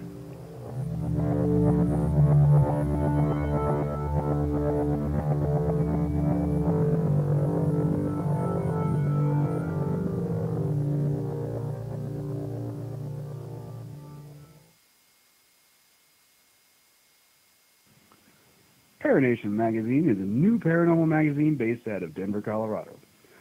Our goal isn't just to give you the best paranormal content out there, but to promote paranormal unity. We're doing this by giving everyone an opportunity to tell their stories and to share their experiences. For more information, follow us on Facebook at Paranation Magazine and soon, paranationmag.com. I've Never Met a Dead Person I Didn't Like is the extraordinary travels of a young, alone, and broke psychic in the highly anticipated new book from internationally renowned psychic, medium, medical intuitive, and best-selling author Sherry Dillard. Critics have described I've Never Met a Dead Person I Didn't Like as an engrossing memoir, an empowering story of how a broken girl came to accept her psychic gift, a refreshing and fun read. I've Never Met a Dead Person I Didn't Like is available through Amazon, Kindle, Barnes & Noble, and wherever books are sold.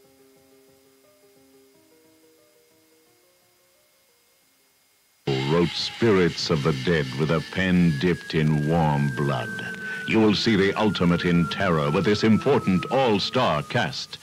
Brigitte Bardot, Alain Delon, Jane Fonda, Terence Stamp, and Peter Fonda in Edgar Allan Poe's Spirits of the Dead. Only Poe's demented genius could bring to the screen such horror and evil. Spirits of the Dead stars Brigitte Bardot, Alain Delon, Jane Fonda, Terence Stamp, and Peter Fonda. Directed by three masters of the cinema, Federico Fellini, Louis Malle, and Roger Vadim. Spirits of the Dead is an adventure in terror beyond your wildest nightmares. Spirits of the Dead in color is rated R.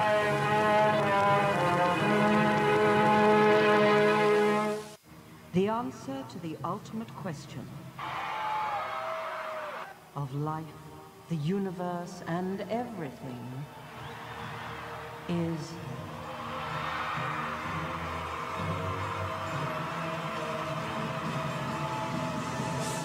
42.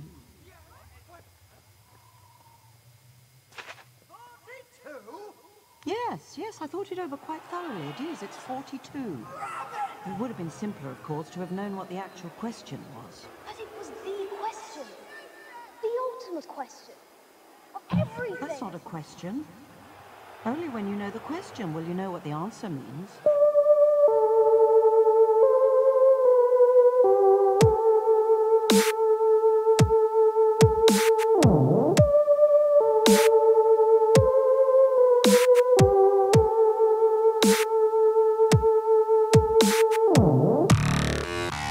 You're listening to Paranormal Soup, bringing you the weird every Sunday night. Call into the show and join the discussion.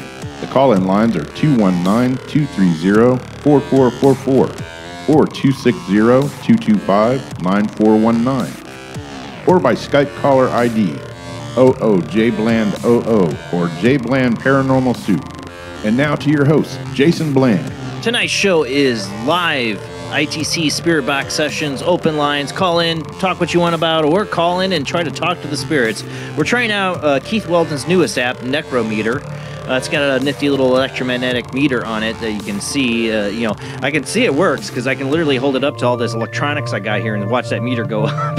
It uses I think the Bluetooth or like sensors in that in your phone that actually can detect these things.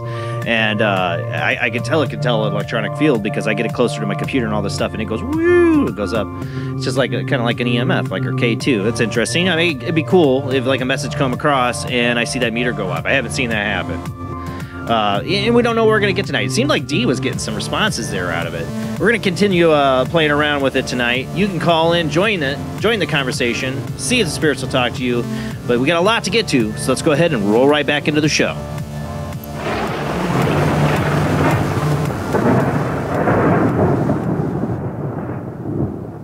And I remind the audience, too, if you like what you hear tonight and you want to support the show, we do have Super Chat if you're in YouTube. And we are on Patreon. If you type in Jason Bland, Paranormal Soup, you should be able to find it on Patreon.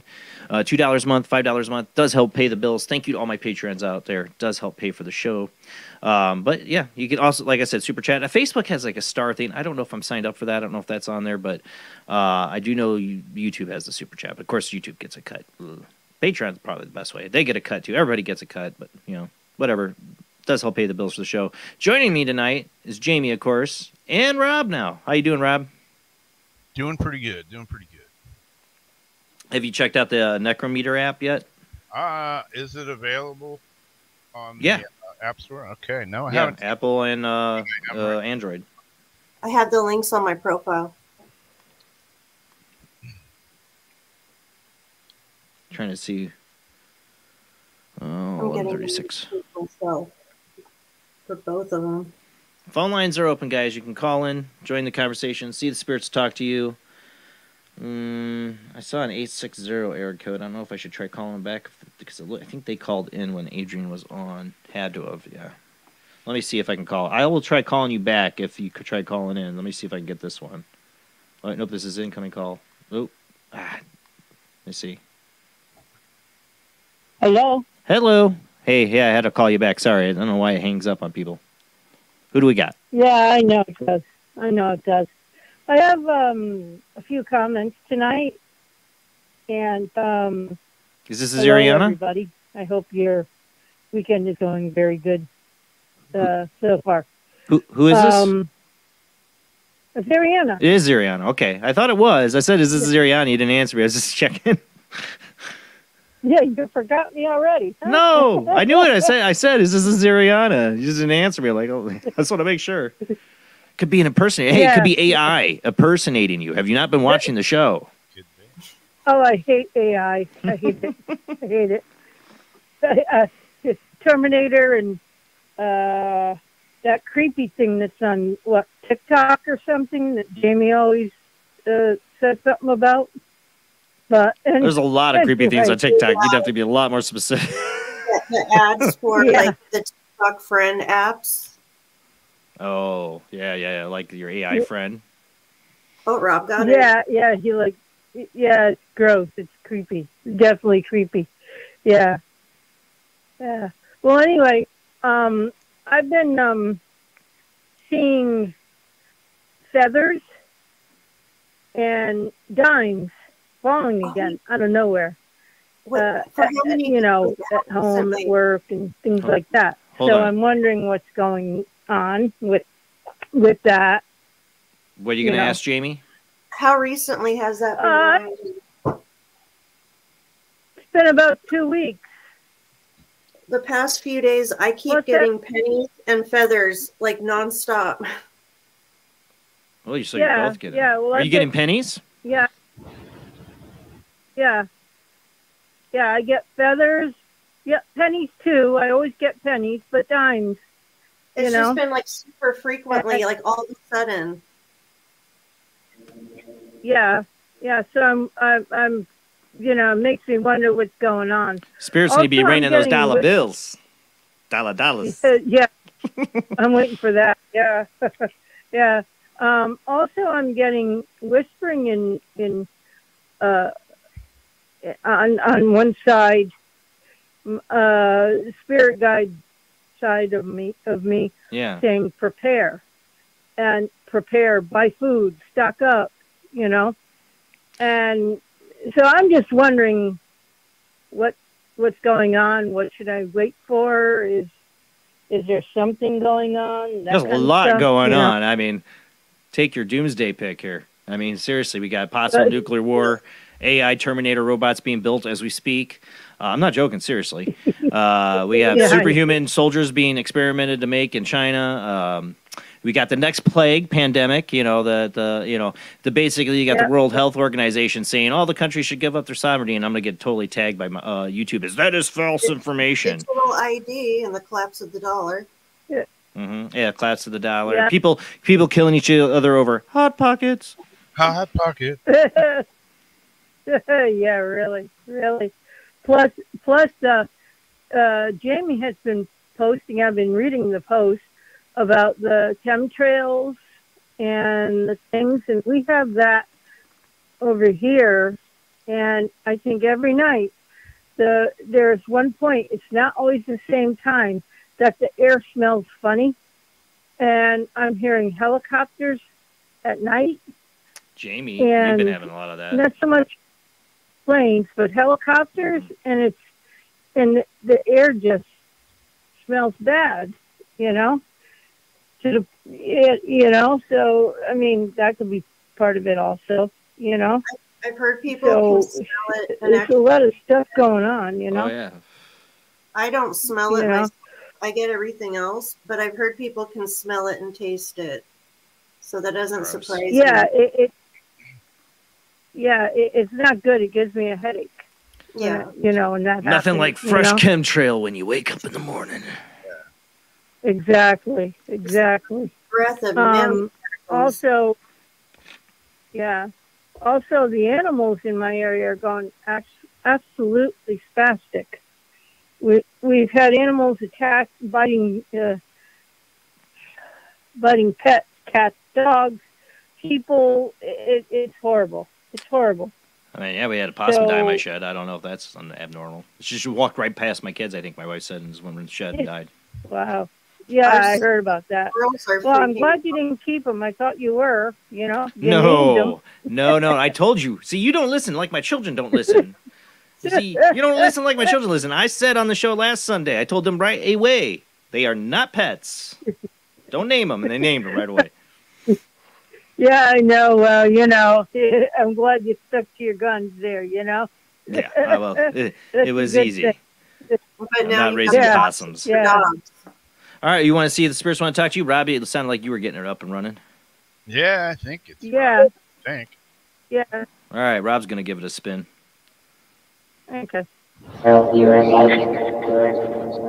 going for the Stephen Hawking robot voice one. You know, I don't even know how to work. Oh boy! Literally just download. So there's if you go over to speech, you're gonna see there's a rate thing, and the rate is like how often it'll talk. If you go all the way to the left, it's gonna talk a lot. You go all the way to the right, it's gonna talk a lot less. And you can hit the plus button to change the settings from robot, human, or whisper. Which we haven't tried whisper tonight. We're gonna try it now.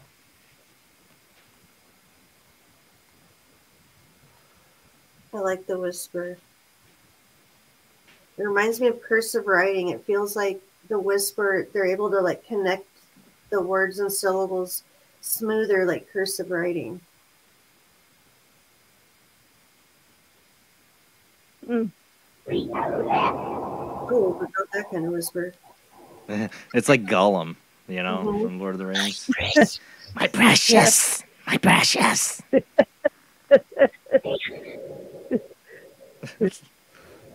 He needs his ring.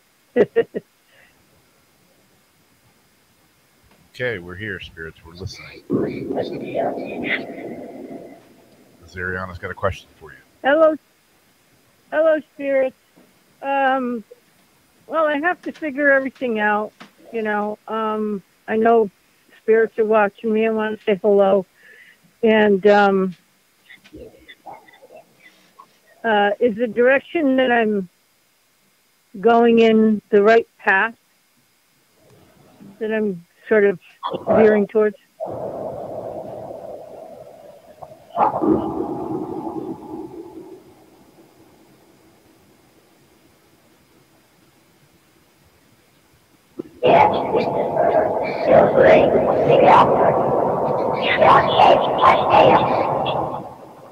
This one's really hard to tell. I don't know about this one. I heard it. Thought it said yes, but then I lost. I heard that too, but then I lost anything else. Yeah, I was thinking of the other kind of whisper. Not Gollum. Something about being trapped. Switch it over to human. Okay. He's gonna switch it over to human. Yeah. Gollum is a little intense. Yeah. Yeah, Gollum is, yeah. About a secret? Do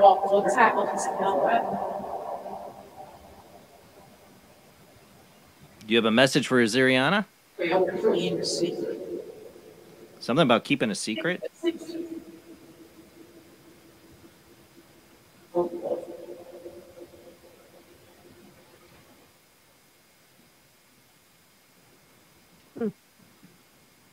Who's keeping a secret?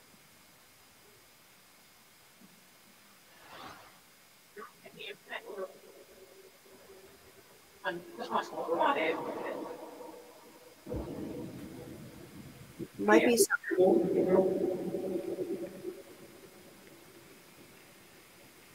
Might have been something in there. I think that might be a good voice to use. I like the human one the best so far, yeah. Mm.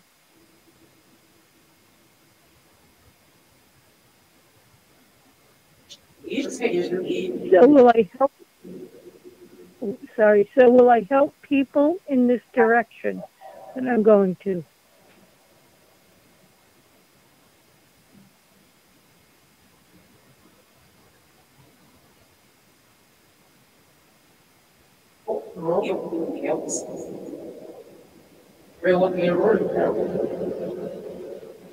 Oh.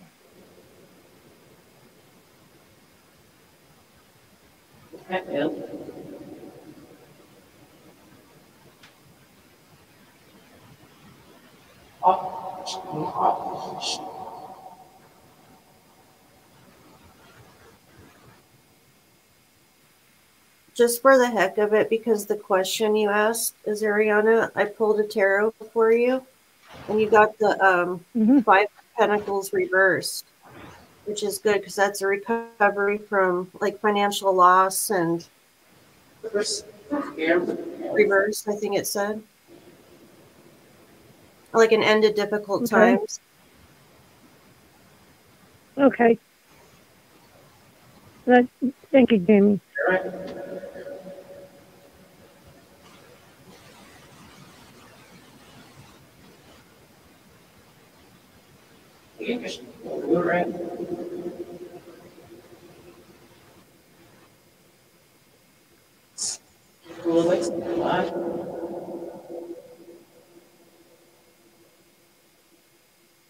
Any last messages for Ziriana?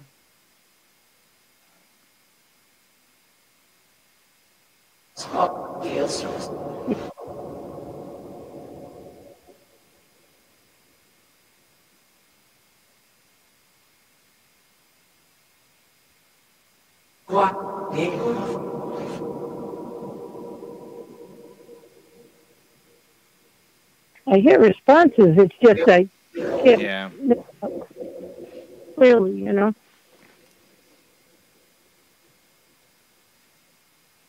Yeah, we'll have to listen to playback. Yeah. Yeah. Well, thank you for calling in, Ziriana. Oh, can I say one more thing real quick? Yeah, no problem. Go for it. Okay. Rob, last night, some guy was on another show on Moldavite. He was talking about Moldavite. And I was thinking of you. Now I need Moldavite. Ah, yeah. It was an awesome show that he was talking about. He wrote a book or something about that. But he was talking about his experiences on Moldavite. So now I got to try to get myself some Moldavite now. Yeah. That was for Rob. But anyway, thank you guys. Love you all. And blessed be. Blessed be. You have a great night. Okay. Bye-bye.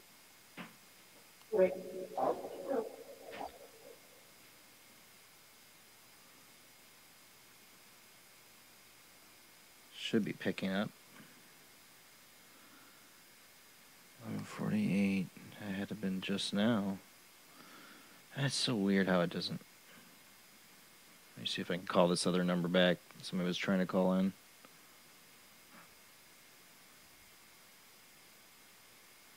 The text now subscribe. Nope.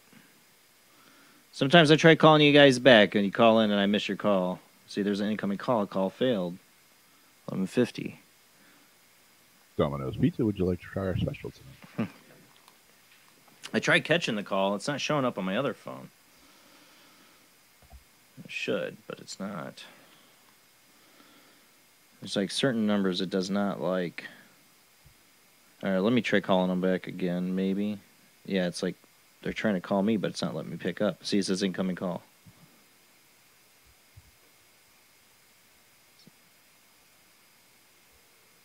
Thinking I'm calling them as they're trying to call me. Hello. Hello, you're on. Hey, it's your buddy old pal Flip. Hey, Trip? Tyler. Yeah. I thought you said Trip. Yeah. How's everybody doing tonight? Doing good, man. Thanks for calling in. How you been? I wish I could say I'm better, but I'm doing all right. You were talking about, Skinwalker ranches and stuff. We were talking about, 'cause that was Adrian, right? Yeah. Was it Adrian that called in about her friend's house and all the weird UFO paranormal stuff? So this is what's crazy about that is I kind of posted this in our little group chat that we had, and I'm like, so me being back here for 4 years now is just crazy asking the locals. I ask random people, because I see like Bigfoot stickers on the back of their windows and stuff. So I'm like, okay, so maybe they believe in this stuff, and so I shoot the question for them. Well, so in Elkhorn they had a meeting together, and they're coming together thinking that maybe they got a little ranch going on. With because they're seeing these apparitions on the trail cams, and they're like little foxes, but they're standing on legs and they're illuminated. Oh, well, we had that fox at the zoo. Where was that at? Remember that one, Tyler? That wasn't. Yeah, that was was like in New Elkhorn, Mexico. and they're catching. Was that in there? That's not the only one. Was and that where the catching zoo more was? Of them, and like it's freaking out that Elkhorn. And like I said, last week Saturday they had a meeting in town and anybody that wanted to go. I tried to go, but everybody's like, "Oh, I don't believe in that stuff." I was like, then I tell them my story, and they're like, "Come on, like I need to go there. Like I don't have a car, you know." So. Sorry, I'm trying to something going on. Somebody tried calling me on my Skype line. It's sign out. Failed to get credentials canceled. Something stupid. I have never seen that happen. Yeah, and like I said, you know, I really think what I think. But see, the thing what stumps me about Elkhorn. So what I seen was farther away in a town called Evansville. Yeah. Which is on the same highway stretch.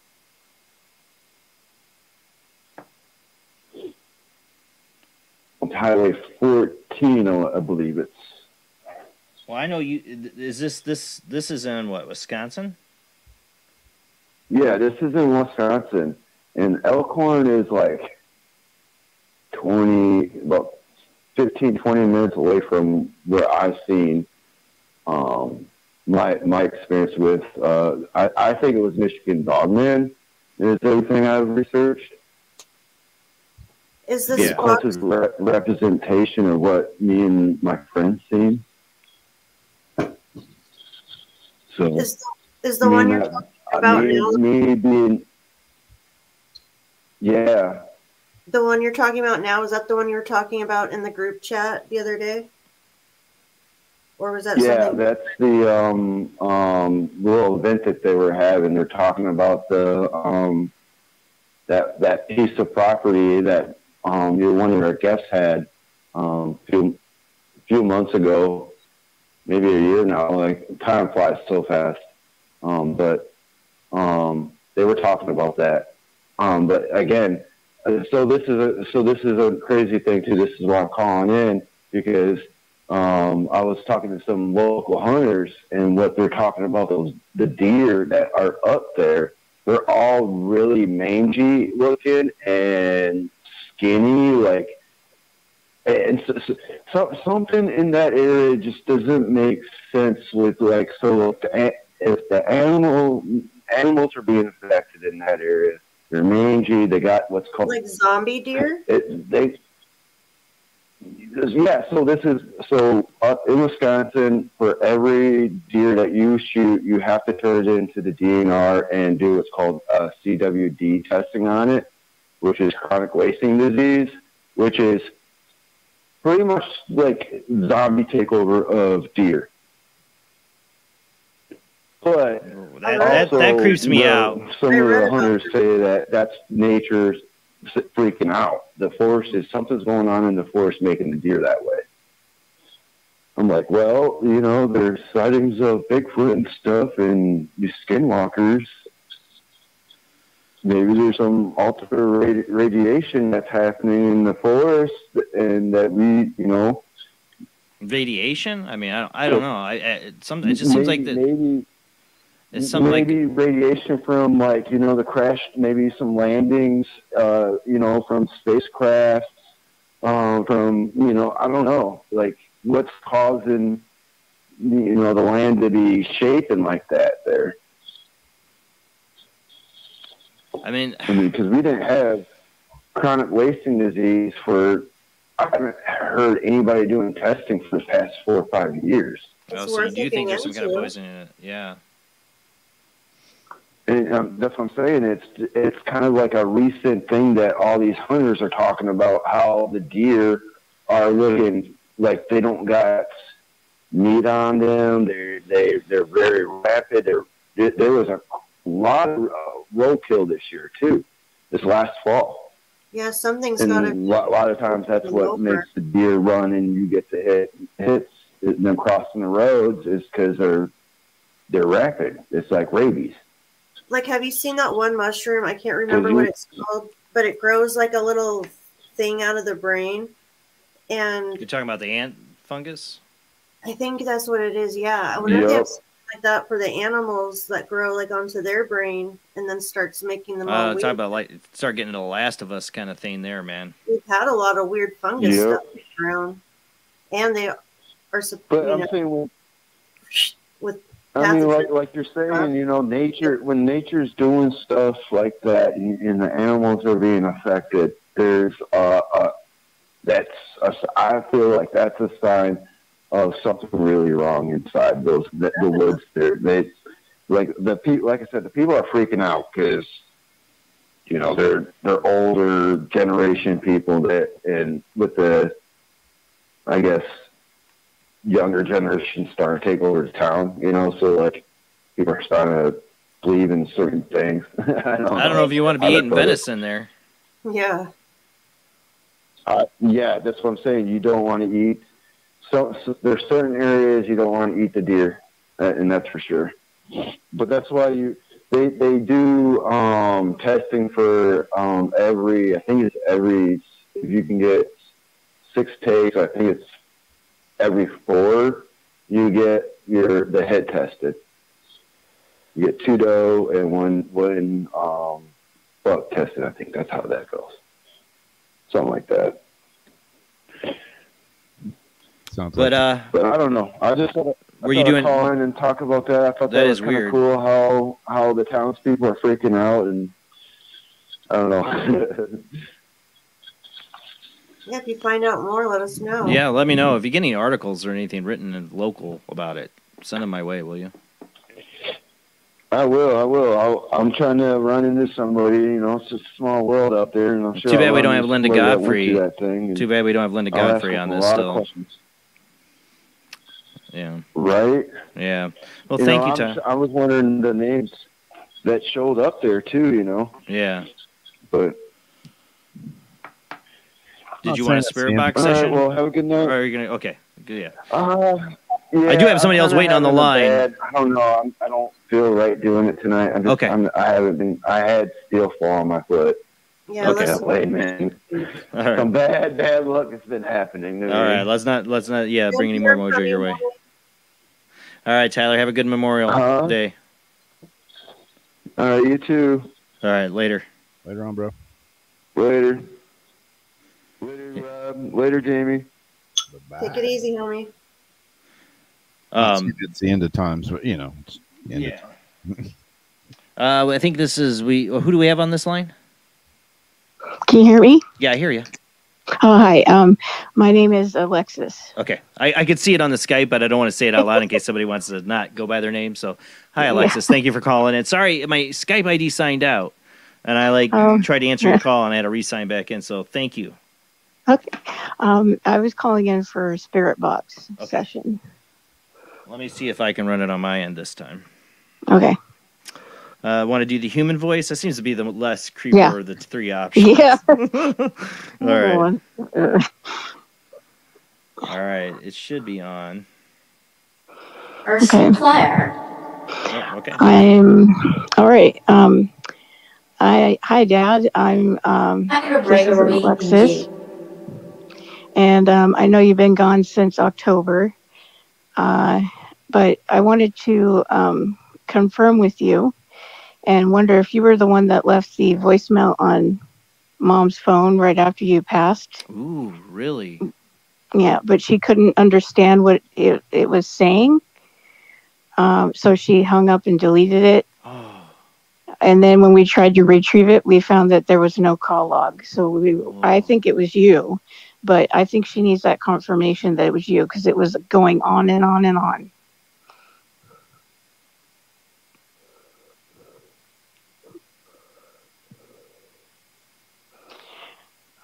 And I know Where is she? Sound like said, where is she? Where is she? Yeah, she's at home. I know you've been kind of throwing things around in the house too. Not bad. Just she's not as open to the paranormal as I am. But I understand you'd want to leave a long message because you were suffering with dementia for many years. So you had so much you wanted to say to her. So do you have a message for her right now that I can tell her later?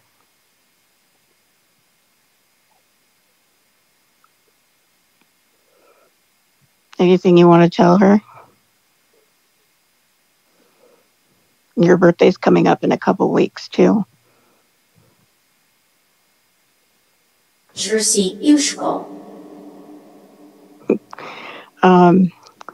Was your dad there to take you to the other side? I know that you smiled at your caretaker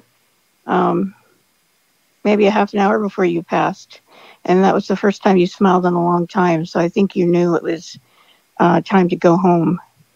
And we had a little ceremony for you because your immediate family did exactly what you didn't want. They had a funeral for you. But we took some of your ashes and had a little ceremony for you outside. And I'm getting static now. I took some pictures with my cell phone. Sugar risk alert. And I think you were manifesting through those pictures. I didn't see it at the time I was taking the pictures, but I saw you, the shape of you in the sunlight. And then you left a heart coming out of the tree where we buried you under. You sent a blue heart out. Everybody that's seen the pictures have been blown away by it. And I was just taking pictures of the scenery. And it was a really special moment. And so I thank you for that. And we played your favorite song Somewhere Over the Rainbow by that Hawaiian singer. So I know you were there. You got to give them some time to answer too, though. Like I was telling Dee, you got to ask a question or say something, and then go for it. Okay. Do you have any messages for me?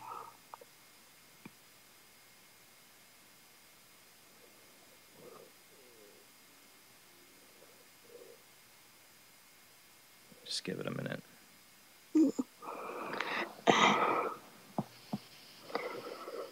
Orange. Sound like whoosh. Like say whoosh. Whoosh. Huh. Well, that's interesting. Yeah. Were you trying to say Washington? Because that's where we live, or well, you used to live, but we live here.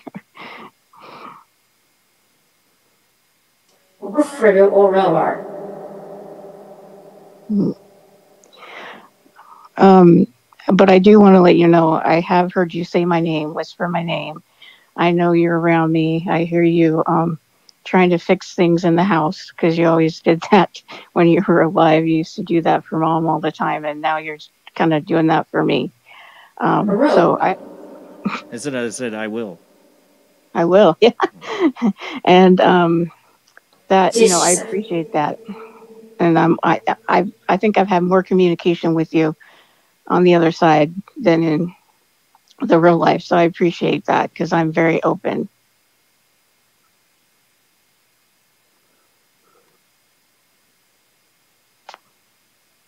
So we love and miss you. And do you have anything you want to say to Mom so I can tell her something?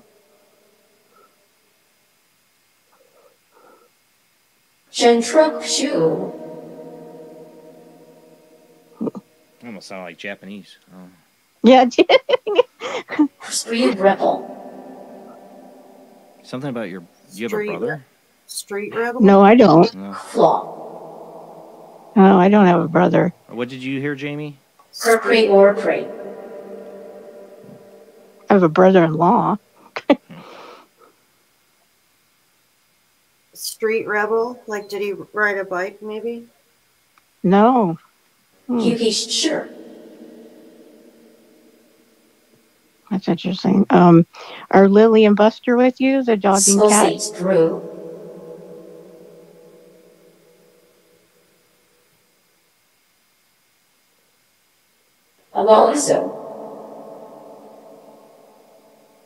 Did you appreciate everything Mom did, taking care of you? And it took a lot out of her, but she did it. It was really hard.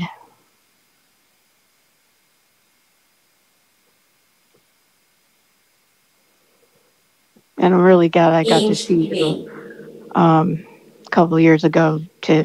We didn't know you were going to pass away last year, but glad I got to see you and talk to you and say my goodbyes. And I got to see you at the best you were at that time.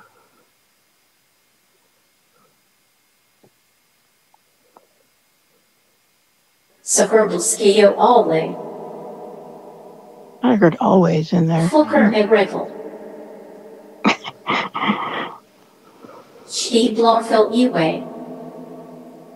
Sounds like different language. That one did, yeah. It's like, yeah. Any last messages for Alexis? I feel the same. Well, that can mean anything. Yeah. That can mean a lot.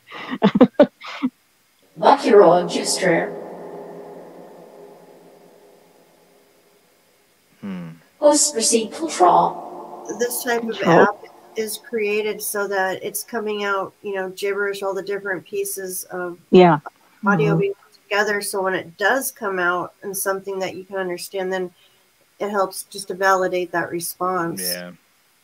Yeah. Well, I want to know more about this message that was on the phone. This incident. Oh yeah, it was really weird. So it was hit and miss with my dad because he was living in a group home for the last couple of years, and so the day before he passed, they all went to see him because I live a couple hours away, and my mom's like, no, you don't need to come down and see him in this state. If you don't want to, I totally understand. So anyway, she found out early in the morning because she was going to go back that day to visit him because he seemed to be doing better. But she got a call that they said, yeah, he's not doing very well, so you better come in. So she went there, and they didn't tell her he had already died. So she walked in there, and she's like, he looks really pale. Something doesn't look right.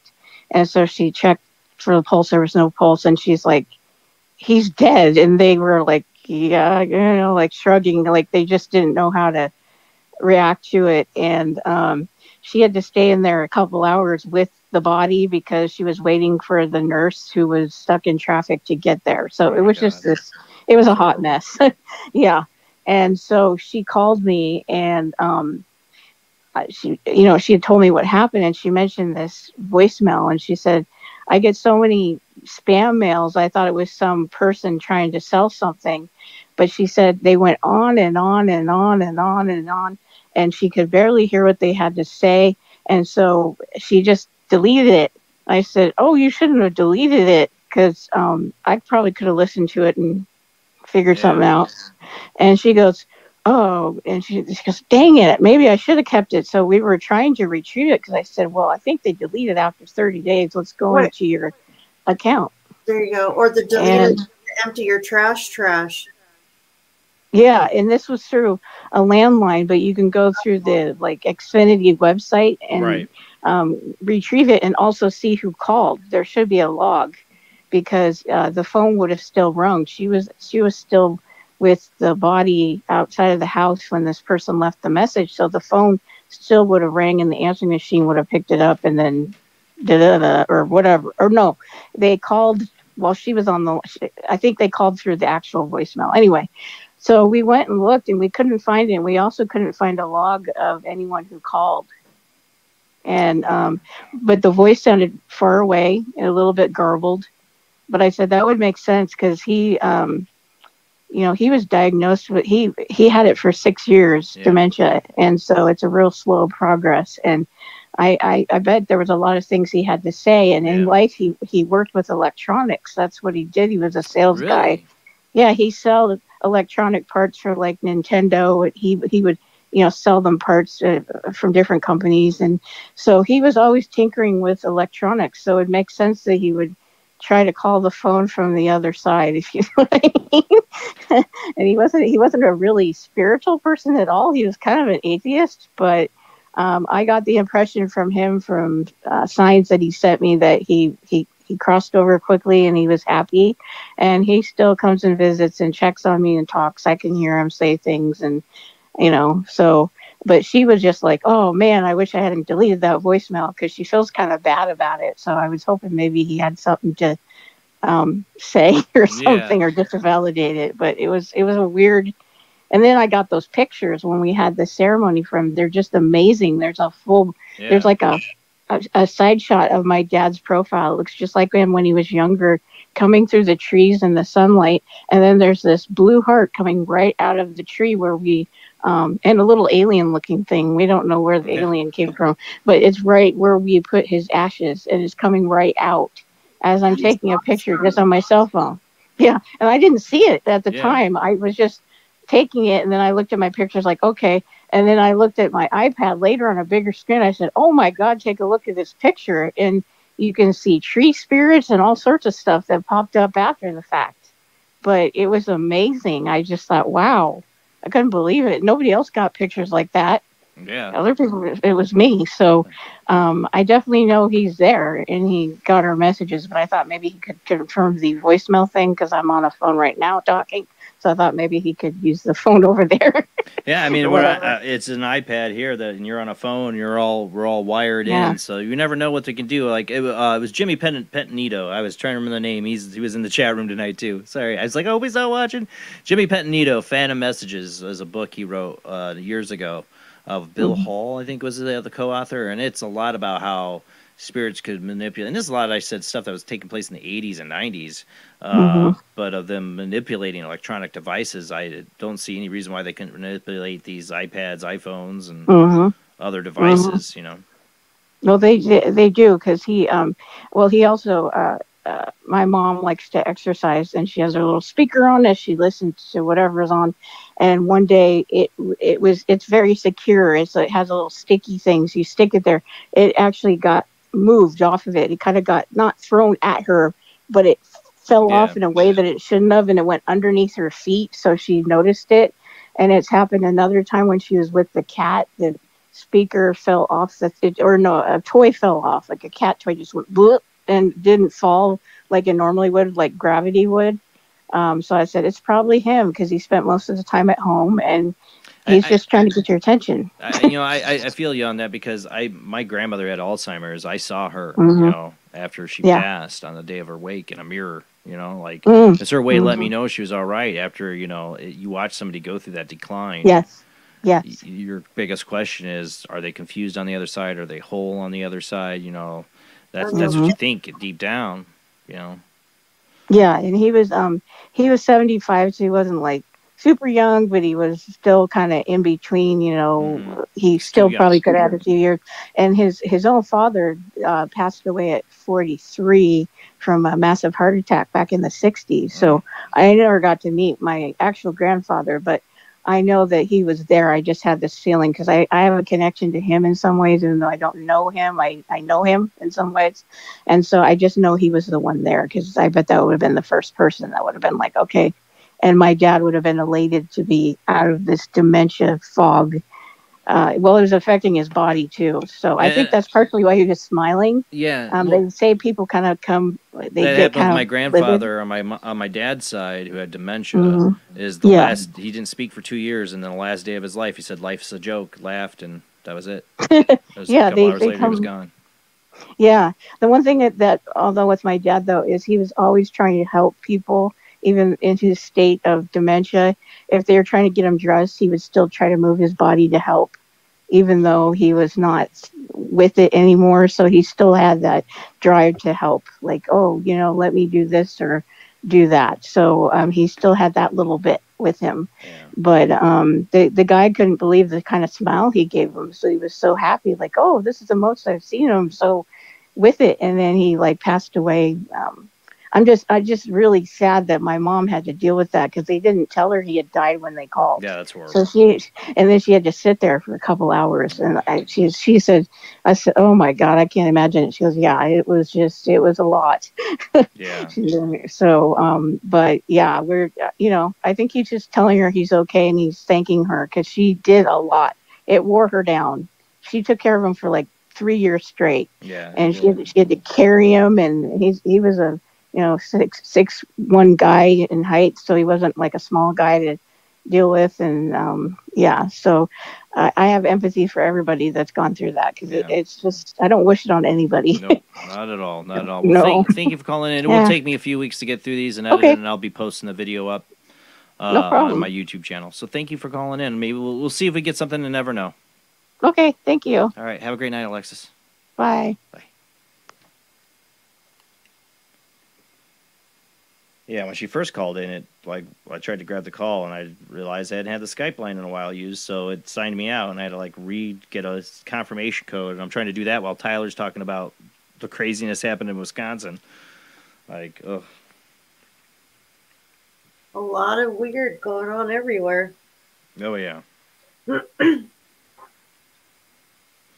Yeah, the thing with the animals, weird. Well, yeah, I mean, like I said, I had the possum thing. It seemed weird. Still don't know what killed the possum.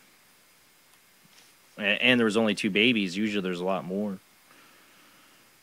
The squirrels around here have been freaking out, and the birds. And then my cats have been fighting and making these weird yowling sounds. Yeah. Like when one of my cats will like when Sunday had her heart attack to die, she made a yowl. A couple of cats went up to her and sniffed, but then they kind of like back off and kind of watch. Well, this was like Panda was hissing like there was a ghost, and then the cats would sniff her like, "What's wrong with you?" And then she like made this yowl, and every cat, all 5 others, looked at her and made the same exact noise back. I was tripping out like, what in the world? Then they all started making this weird yowling, and I got them kind of settled and I left. They were settled down later, but they're still not acting right. And the behavior. I thought Luna was acting weird tonight too. And then my sister said her cat yowled. Yeah.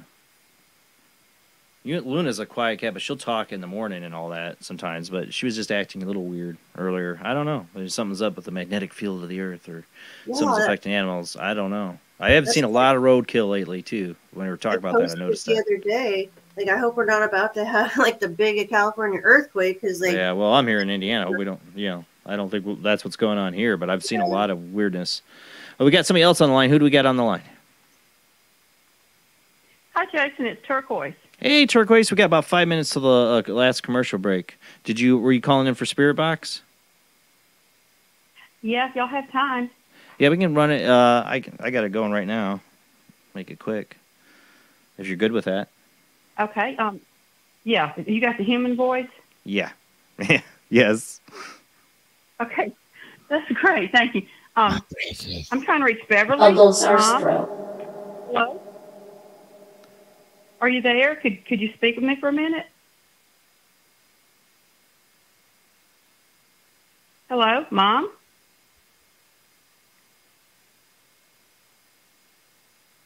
Are you there? There he is. You need to speak up so I can hear you good. We have a chance to talk for a second. Yeah, it did sound like that.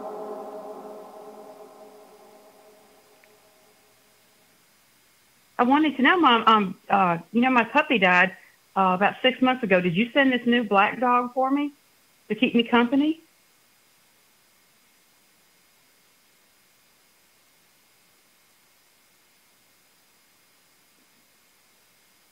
I was just wondering because I really didn't want to have another dog because it broke my heart. But this is a sweet one.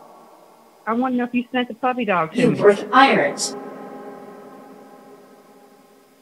I'm retired? Hartford. Yeah. Did you know? Yeah, my husband had to retire because he's got cancer.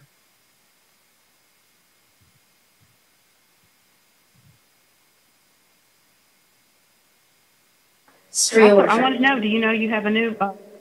You have a new great-granddaughter. Do you know about her? Loso Cable.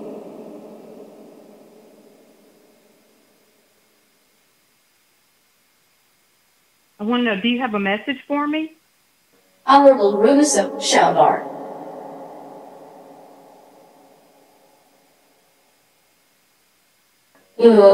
Jarway.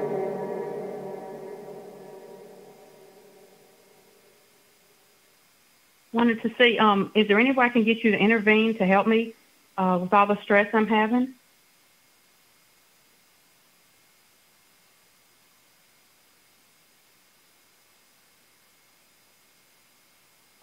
Or could you send me a sign to let me know that you're there? You with skill shoe. I miss you. Claudius T. Word. Equally. Do you have a message for me?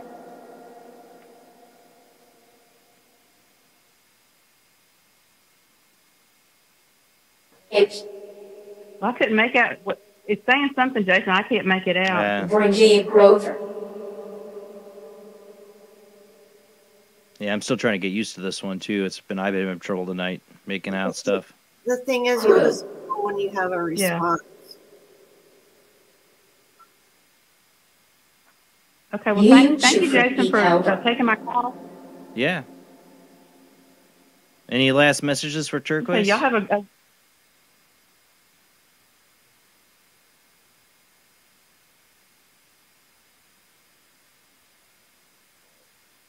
Any last message? View. Flowery crowd. Good. Follow the crowd? I don't know. It doesn't sound like sage advice. Okay. Yeah, no, it doesn't. So thank you for taking my call. I'll let you get going to your commercial break. I hope y'all have a great week. You too, Turquoise. Bye-bye. Bye. All right, guys, we're going to our last commercial break. We'll come back, and you still can call in. Just like I said, wait till we come back from commercial break because I step away. I might miss your call if you try calling on while I'm on commercial break. But we'll be back, short commercial break, and we'll see if we get the last messages. I don't know if you want to pull some cards for the chat room at the end, too. See if anybody wants some cards. We could do that, too. All right, guys, we're going to go to our last commercial break, and we'll be right back.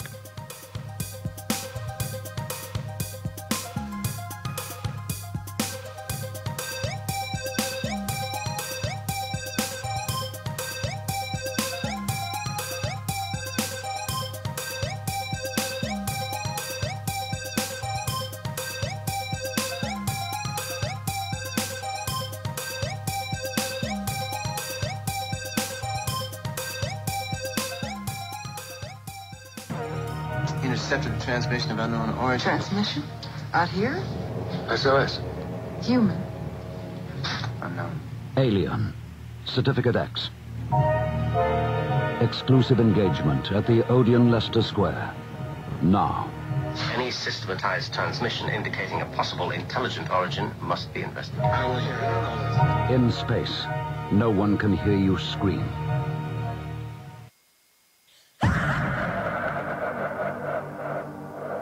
If you are interested in discovering the truth about the paranormal and want to hear from leading researchers in the field, join Justin Brown on his 3 weekly shows named My Paranormal Soapbox, Necromancer Live Show, and the Supernatural Symposium, live on Facebook, YouTube, and InterfaceDeath.net.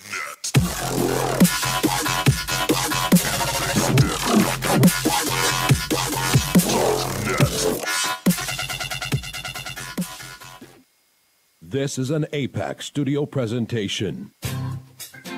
Hi, I'm Barry, owner-operator of Barry's Barometer Barn. Lately, I bet you've been lying awake at night asking yourself, how many barometers do I really need? Well, at Barry's Barometer Barn, we think you need more than one. Otherwise, we're gonna go out of business. Remember, at Barry's Barometer Barn, we don't know the meaning of high-pressure sales. Come on, folks, buy another barometer. I'm trying to put my kids through college, I've got a family to support, and a secret mistress who isn't cheap. Visit Barry's Barometer Barn, 000 Storm Drive. Come on, folks, buy a barometer. I'm Barry's older brother, Larry, and every time one of you people walk past the store without coming in, Barry beats me.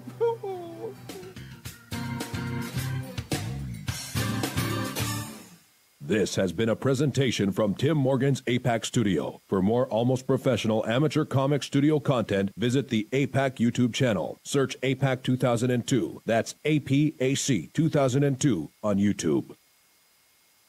When Alex Gardner is asleep, he has an extraordinary gift. The government wants it, the scientists want it, but to keep it may cost him his life. It might be better if Alex didn't sleep at all, but he cannot resist entering the dreamscape. Can you? See Dreamscape in the West End and all over London now. Certificate 15. It takes an extraordinary adventurer to enter the dreamscape. Are you intrigued by Paranormal Talk Radio? You'll love the new Paranormal Radio app from Talkstream Live. You'll find a great selection of talk shows covering UFOs, ghosts, strange phenomena, and much more. Download the Paranormal Radio app now and start listening to the very best in paranormal talk entertainment, including the network you're listening to right now, the Paranormal Radio app, free in Google Play and the iOS App Store. Join us every Wednesday night at midnight Eastern Standard Time for Weird Wednesday, the live stream, with your hosts Jamie, the Living Dead Girl, and Rob, the Phantom, where we'll talk about all things paranormal, including zodiac, astrology, tarot card and oracle card readings, live ghost boxing and spirit communication, where we'll do voices from beyond the cold case files. So we hope you join us live on Facebook and YouTube every Wednesday night at midnight Eastern Standard Time. We hope to see you there. Bye-bye.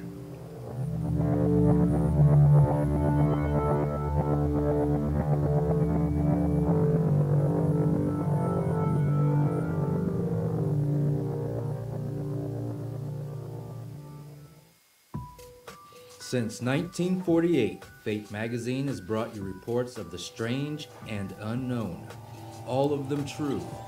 Fate Radio is carrying on that tradition, bringing you the unusual, macabre, strange, and bizarre. Join host Kat Hobson Sunday nights from 8 to 10 p.m. Eastern on WBHM Digital Broadcasting.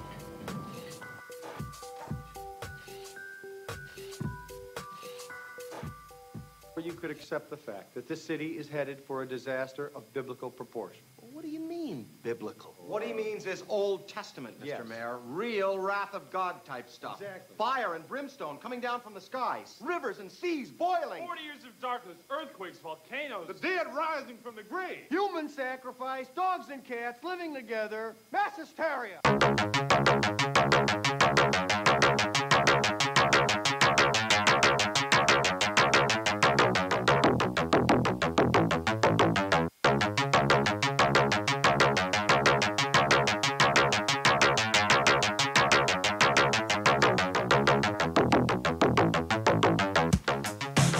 You're listening to Paranormal Soup, bringing you the weird every Sunday night.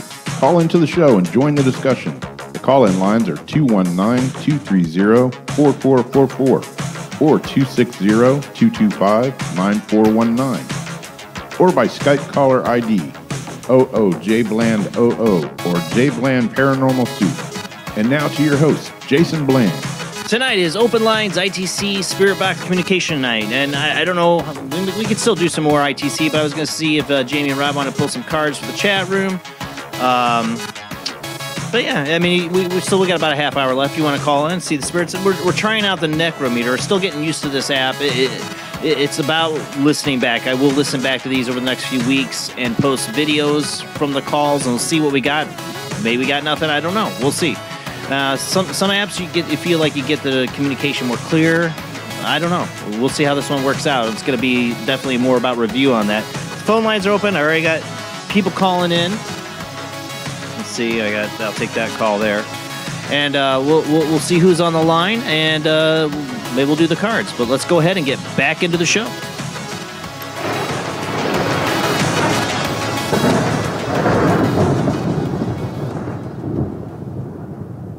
All right. I think I have Al again. Is this Al? Yeah, this is Al again.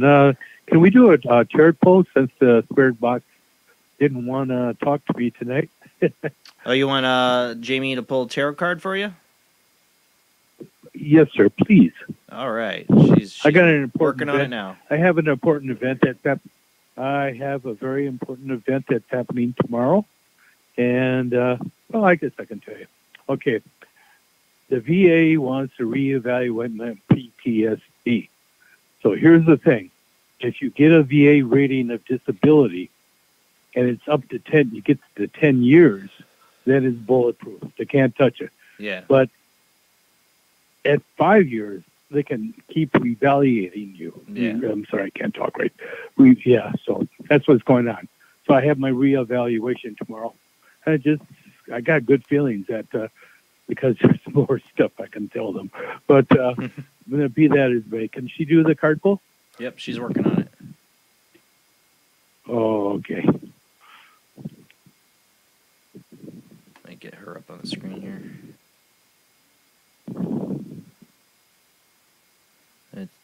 Hold it back up. It kind of froze when you did the chariot.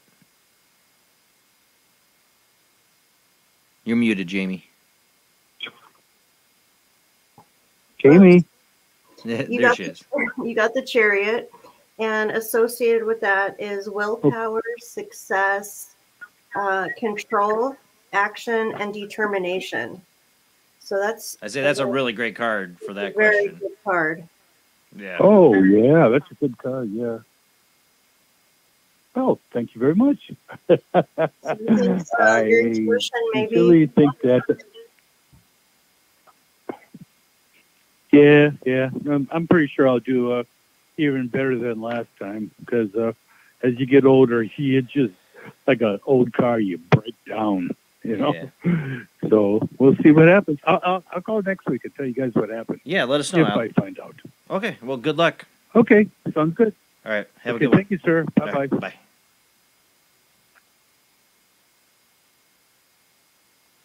All right. Who wants cards in the chat room?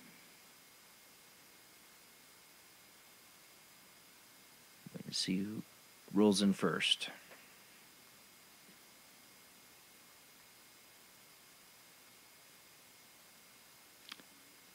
Oh, D. And then a special power.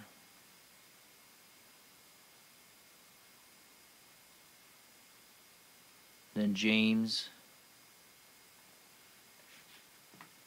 D. Oh, my pen died on me.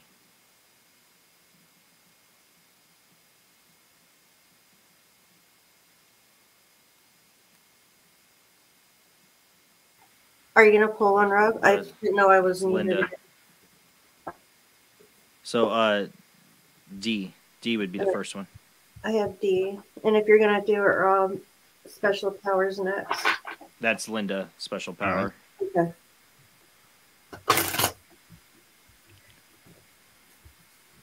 Turquoise. I see. I don't miss anybody. Turquoise.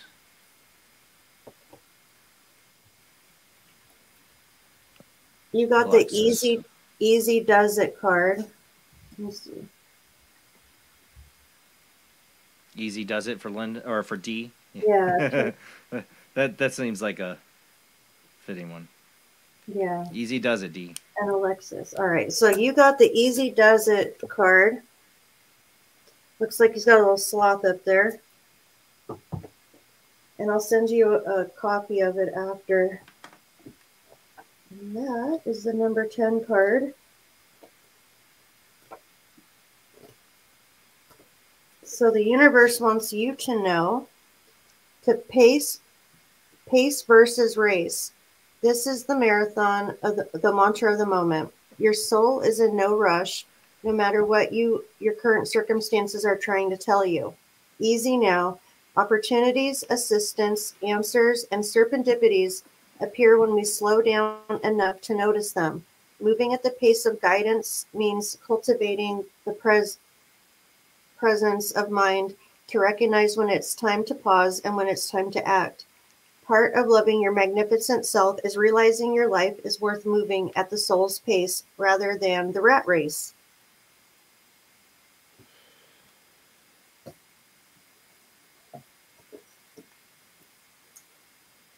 Turquoise. Ziriana is another one I think I missed in there. I think it was Turquoise, Ziriana, and Lexus.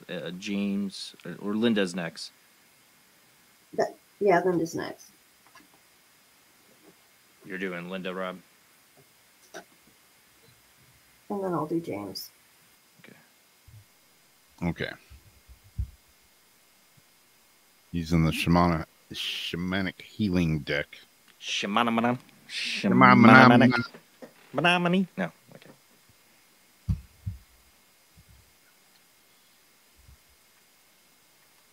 It is this card. Can you focus? No. Never wants to focus. Hey, well, you're pretty focused. It's the lighting hitting it. It's shiny. There, sort of. Anyways, it is the past, present, and future card.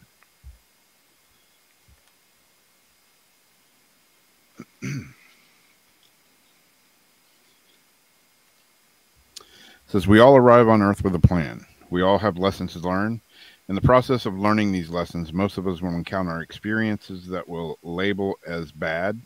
This labeling and duality we carry with us wherever we go, and is what is called our so-called baggage. We let these labels direct our directions to life and experiences in the present, or even project them into the future. We are working with a lower energy vibration. When you're able to integrate your lessons without labels, then you're free to remain in the present, experience, and enjoy it for what it truly is. You can then move forward into the future without expectations or agendas, and be much more open to what will be for our highest and best. Let go of labels and judgments surrounding this situation.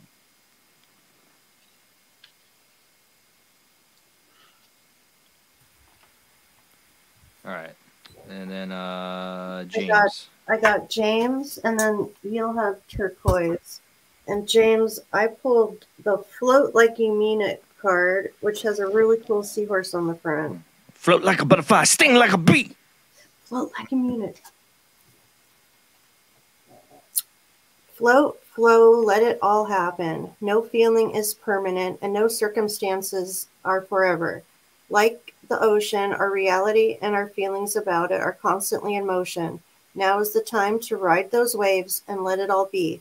Remember, ships don't sink because of the water around them. Ships sink because of the water that gets inside them. Don't let what's happening around you get inside you and weigh you down.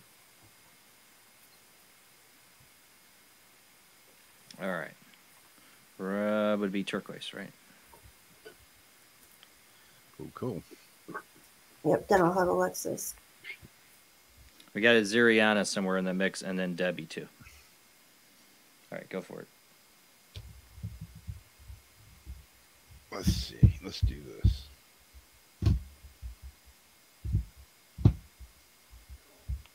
Got one of those cards that just pops out of the deck. Now that's the one to go with.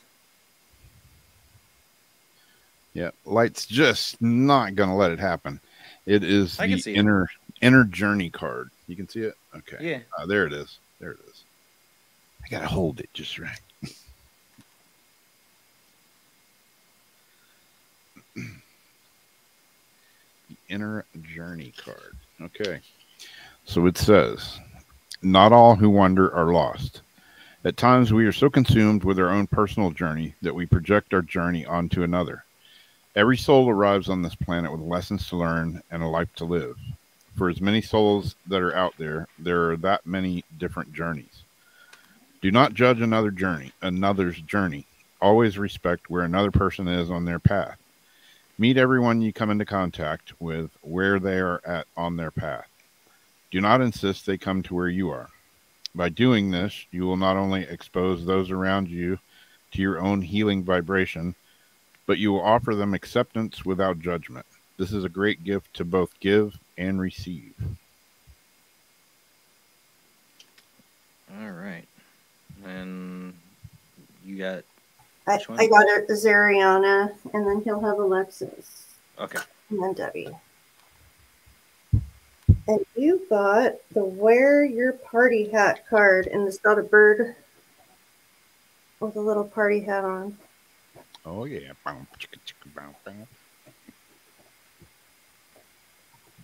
And that one says, life is too short. Buy the shoes, eat the cookie, take the vacation, risk the adventure. Paint your living room purple. Wear your party hat. Don't be afraid of what people will think. They aren't living your life. You get to decide what your brave looks like, what your fun and fabulous and free look like. You're being asked right now to disregard the attention and approval of others and just go for it, even if it feels ridiculous or over the top. You get to be as extra as you want to be. Your life is an occasion, and rise to it. The great words of Hunter S. Thompson, buy the ticket, take the ride. Take the ride. We're in bad country. All right, so you got Alexis.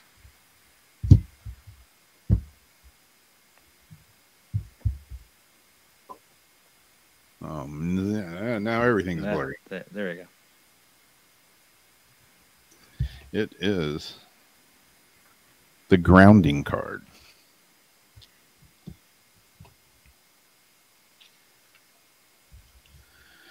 As humans, our bodies are of earth.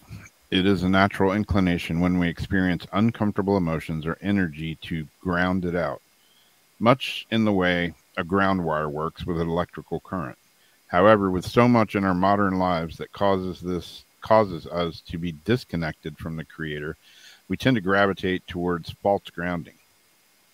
Overeating, smoking, drinking, recreational drugs, they're common ways for some to try to ground.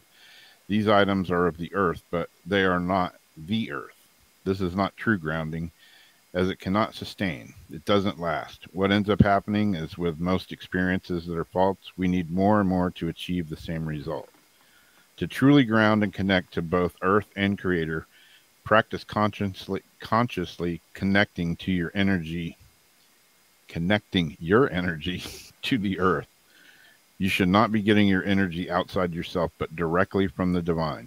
This is achieved through meditation, energy work, and mindfulness. Find a way that works for you and practice it. By drawing this card, you're being asked to look at areas in your life where there may be employing false grounding as a coping mechanism. I don't know. My favorite way of grounding is just putting your feet in the dirt, in the grass, whatever. Yes, we can't stop here. This is bad country. That's when the drugs kicked in.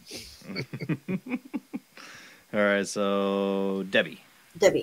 And she got the Tend the Fragile card. I'll send that to you also. Looks like some sort of little hedgehog, maybe. Love keeps us close to the ground, where we can feel the pulse of what needs tenderness, nurture, and aid. When the world gets too loud, go into the wild silence of nature. Put your ear down to your soul and listen hard. That kind of grounding will nourish you and restore your wings. For when we tend to the delicate longings of our soul, we draw close to the love that we truly are. That's a really good card for you, Debbie.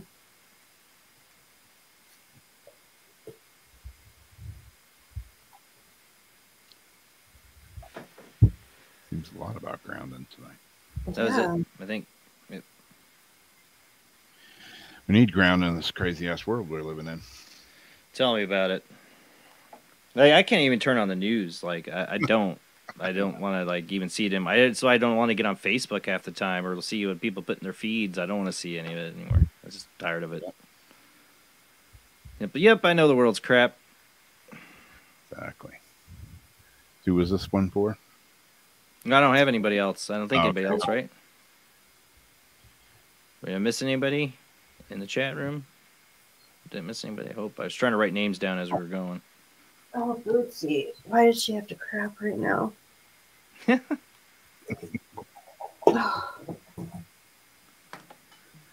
Yeah.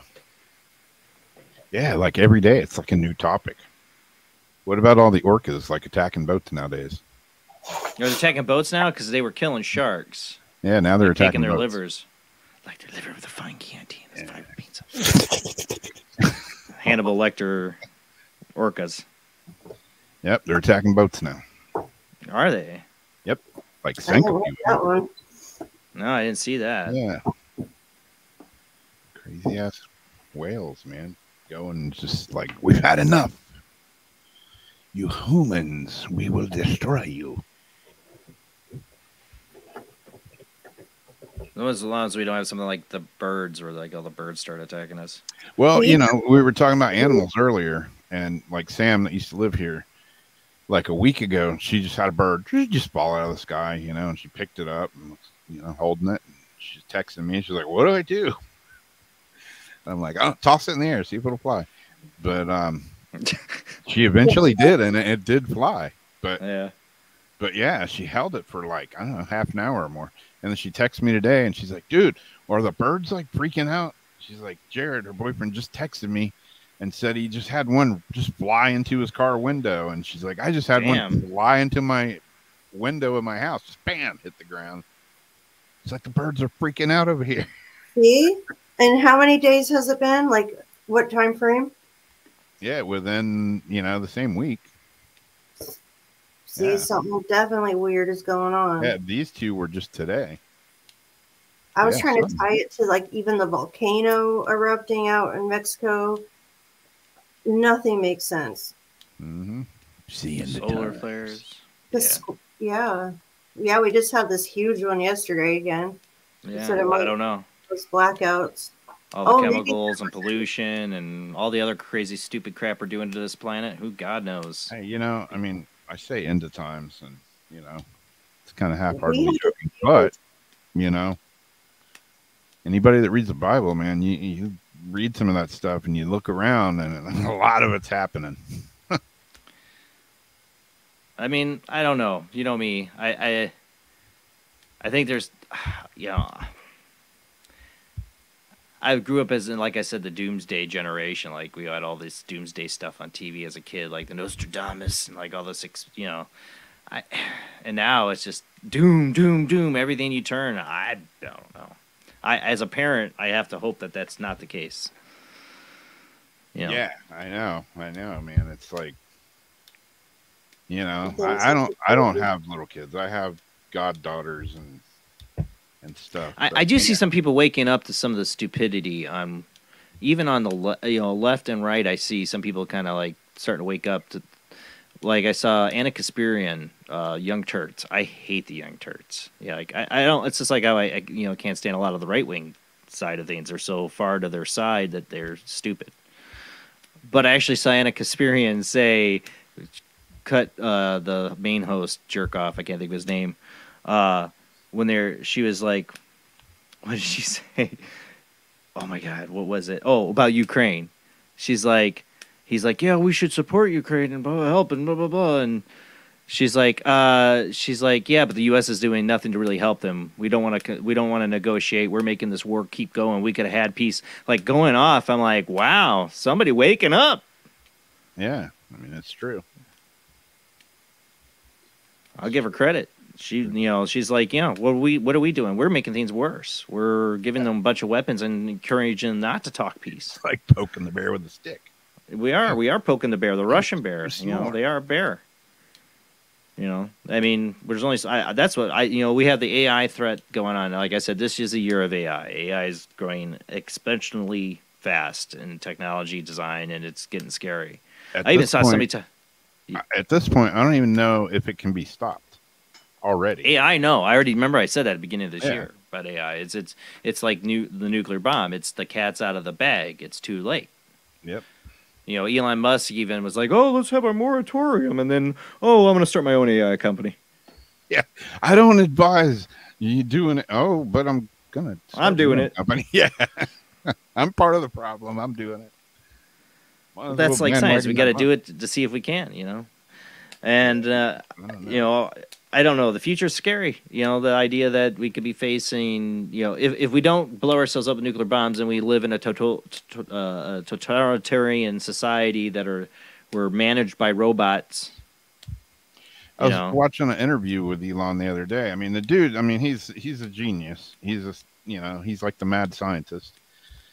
And some of the stuff he does is awesome, but I don't agree with everything. But, you know, I was watching an interview and he was talking about AI and he's like, you know, it's going to get to the point where AI is designing its own robots and it's doing our jobs. What happens when AI and robots do our jobs better than we do? What good are we going to be? You know, you can't help but expect them to just want to get rid of us. You know what I've learned about Elon lately? Is he's playing both sides of the fence. Oh, yeah. So much, but it's like I'll start to be like, yes, you know, at least because you make electric cars that you're smart, that we can't just completely get rid of fossil fuels. Then, like, in the same breath, the next week, he literally changed his whole standpoint. I was watching him talk like, wait, what? Yeah. Oh, see, you are. You, and I think it goes back to the fact that he wasn't liked as a kid, and I think he wants everyone to like him, or I don't know what it is, but he's playing both sides of the fence. Yeah.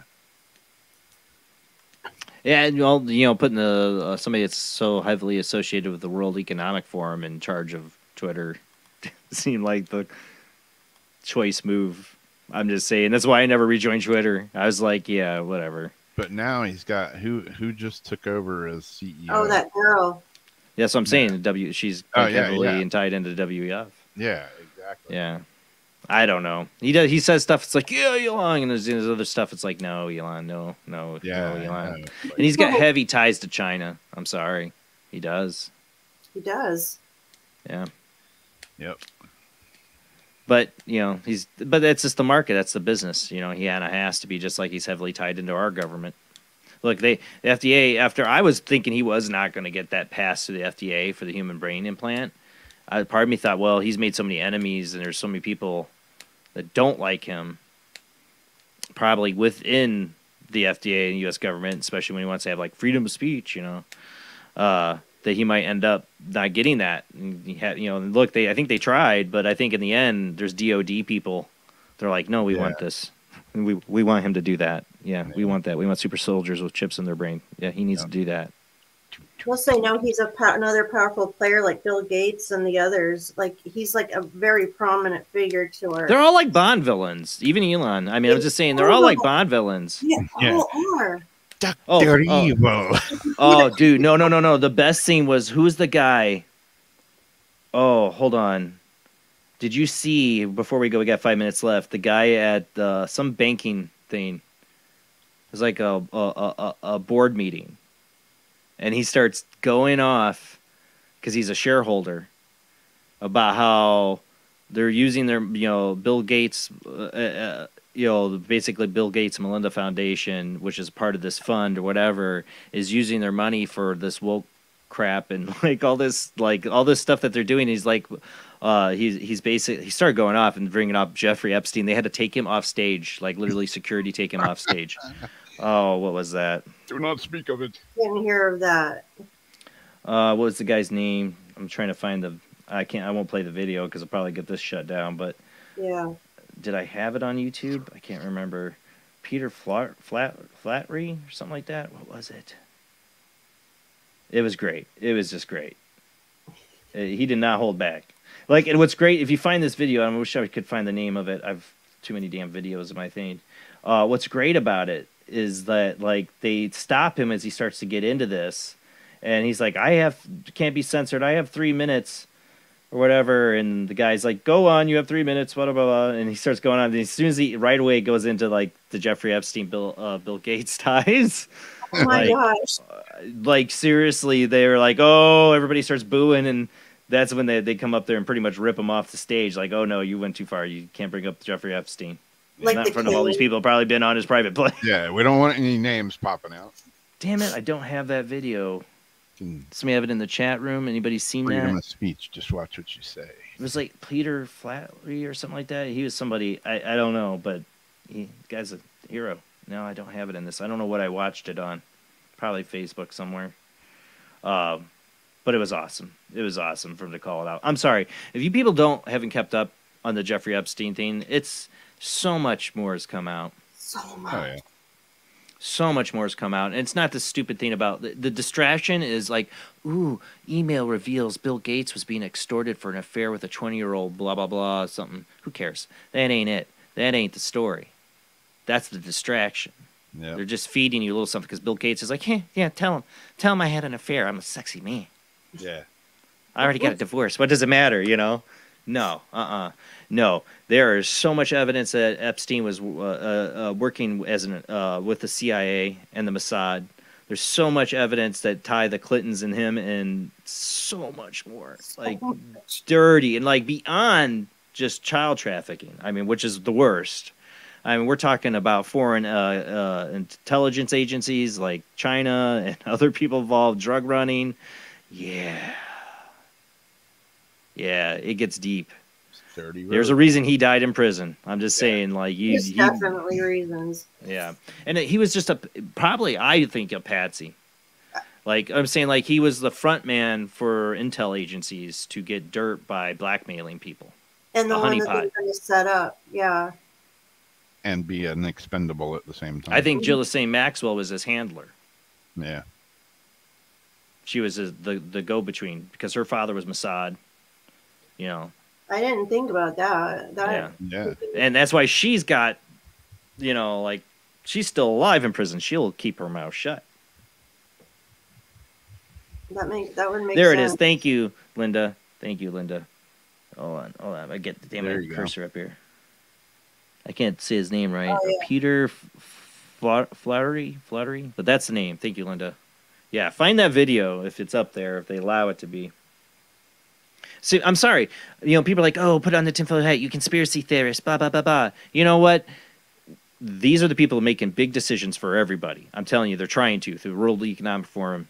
Put the tinfoil hat on all you want, but I'm telling you, these people are very dangerous. The World Health Organization, too. And, they're all tied in.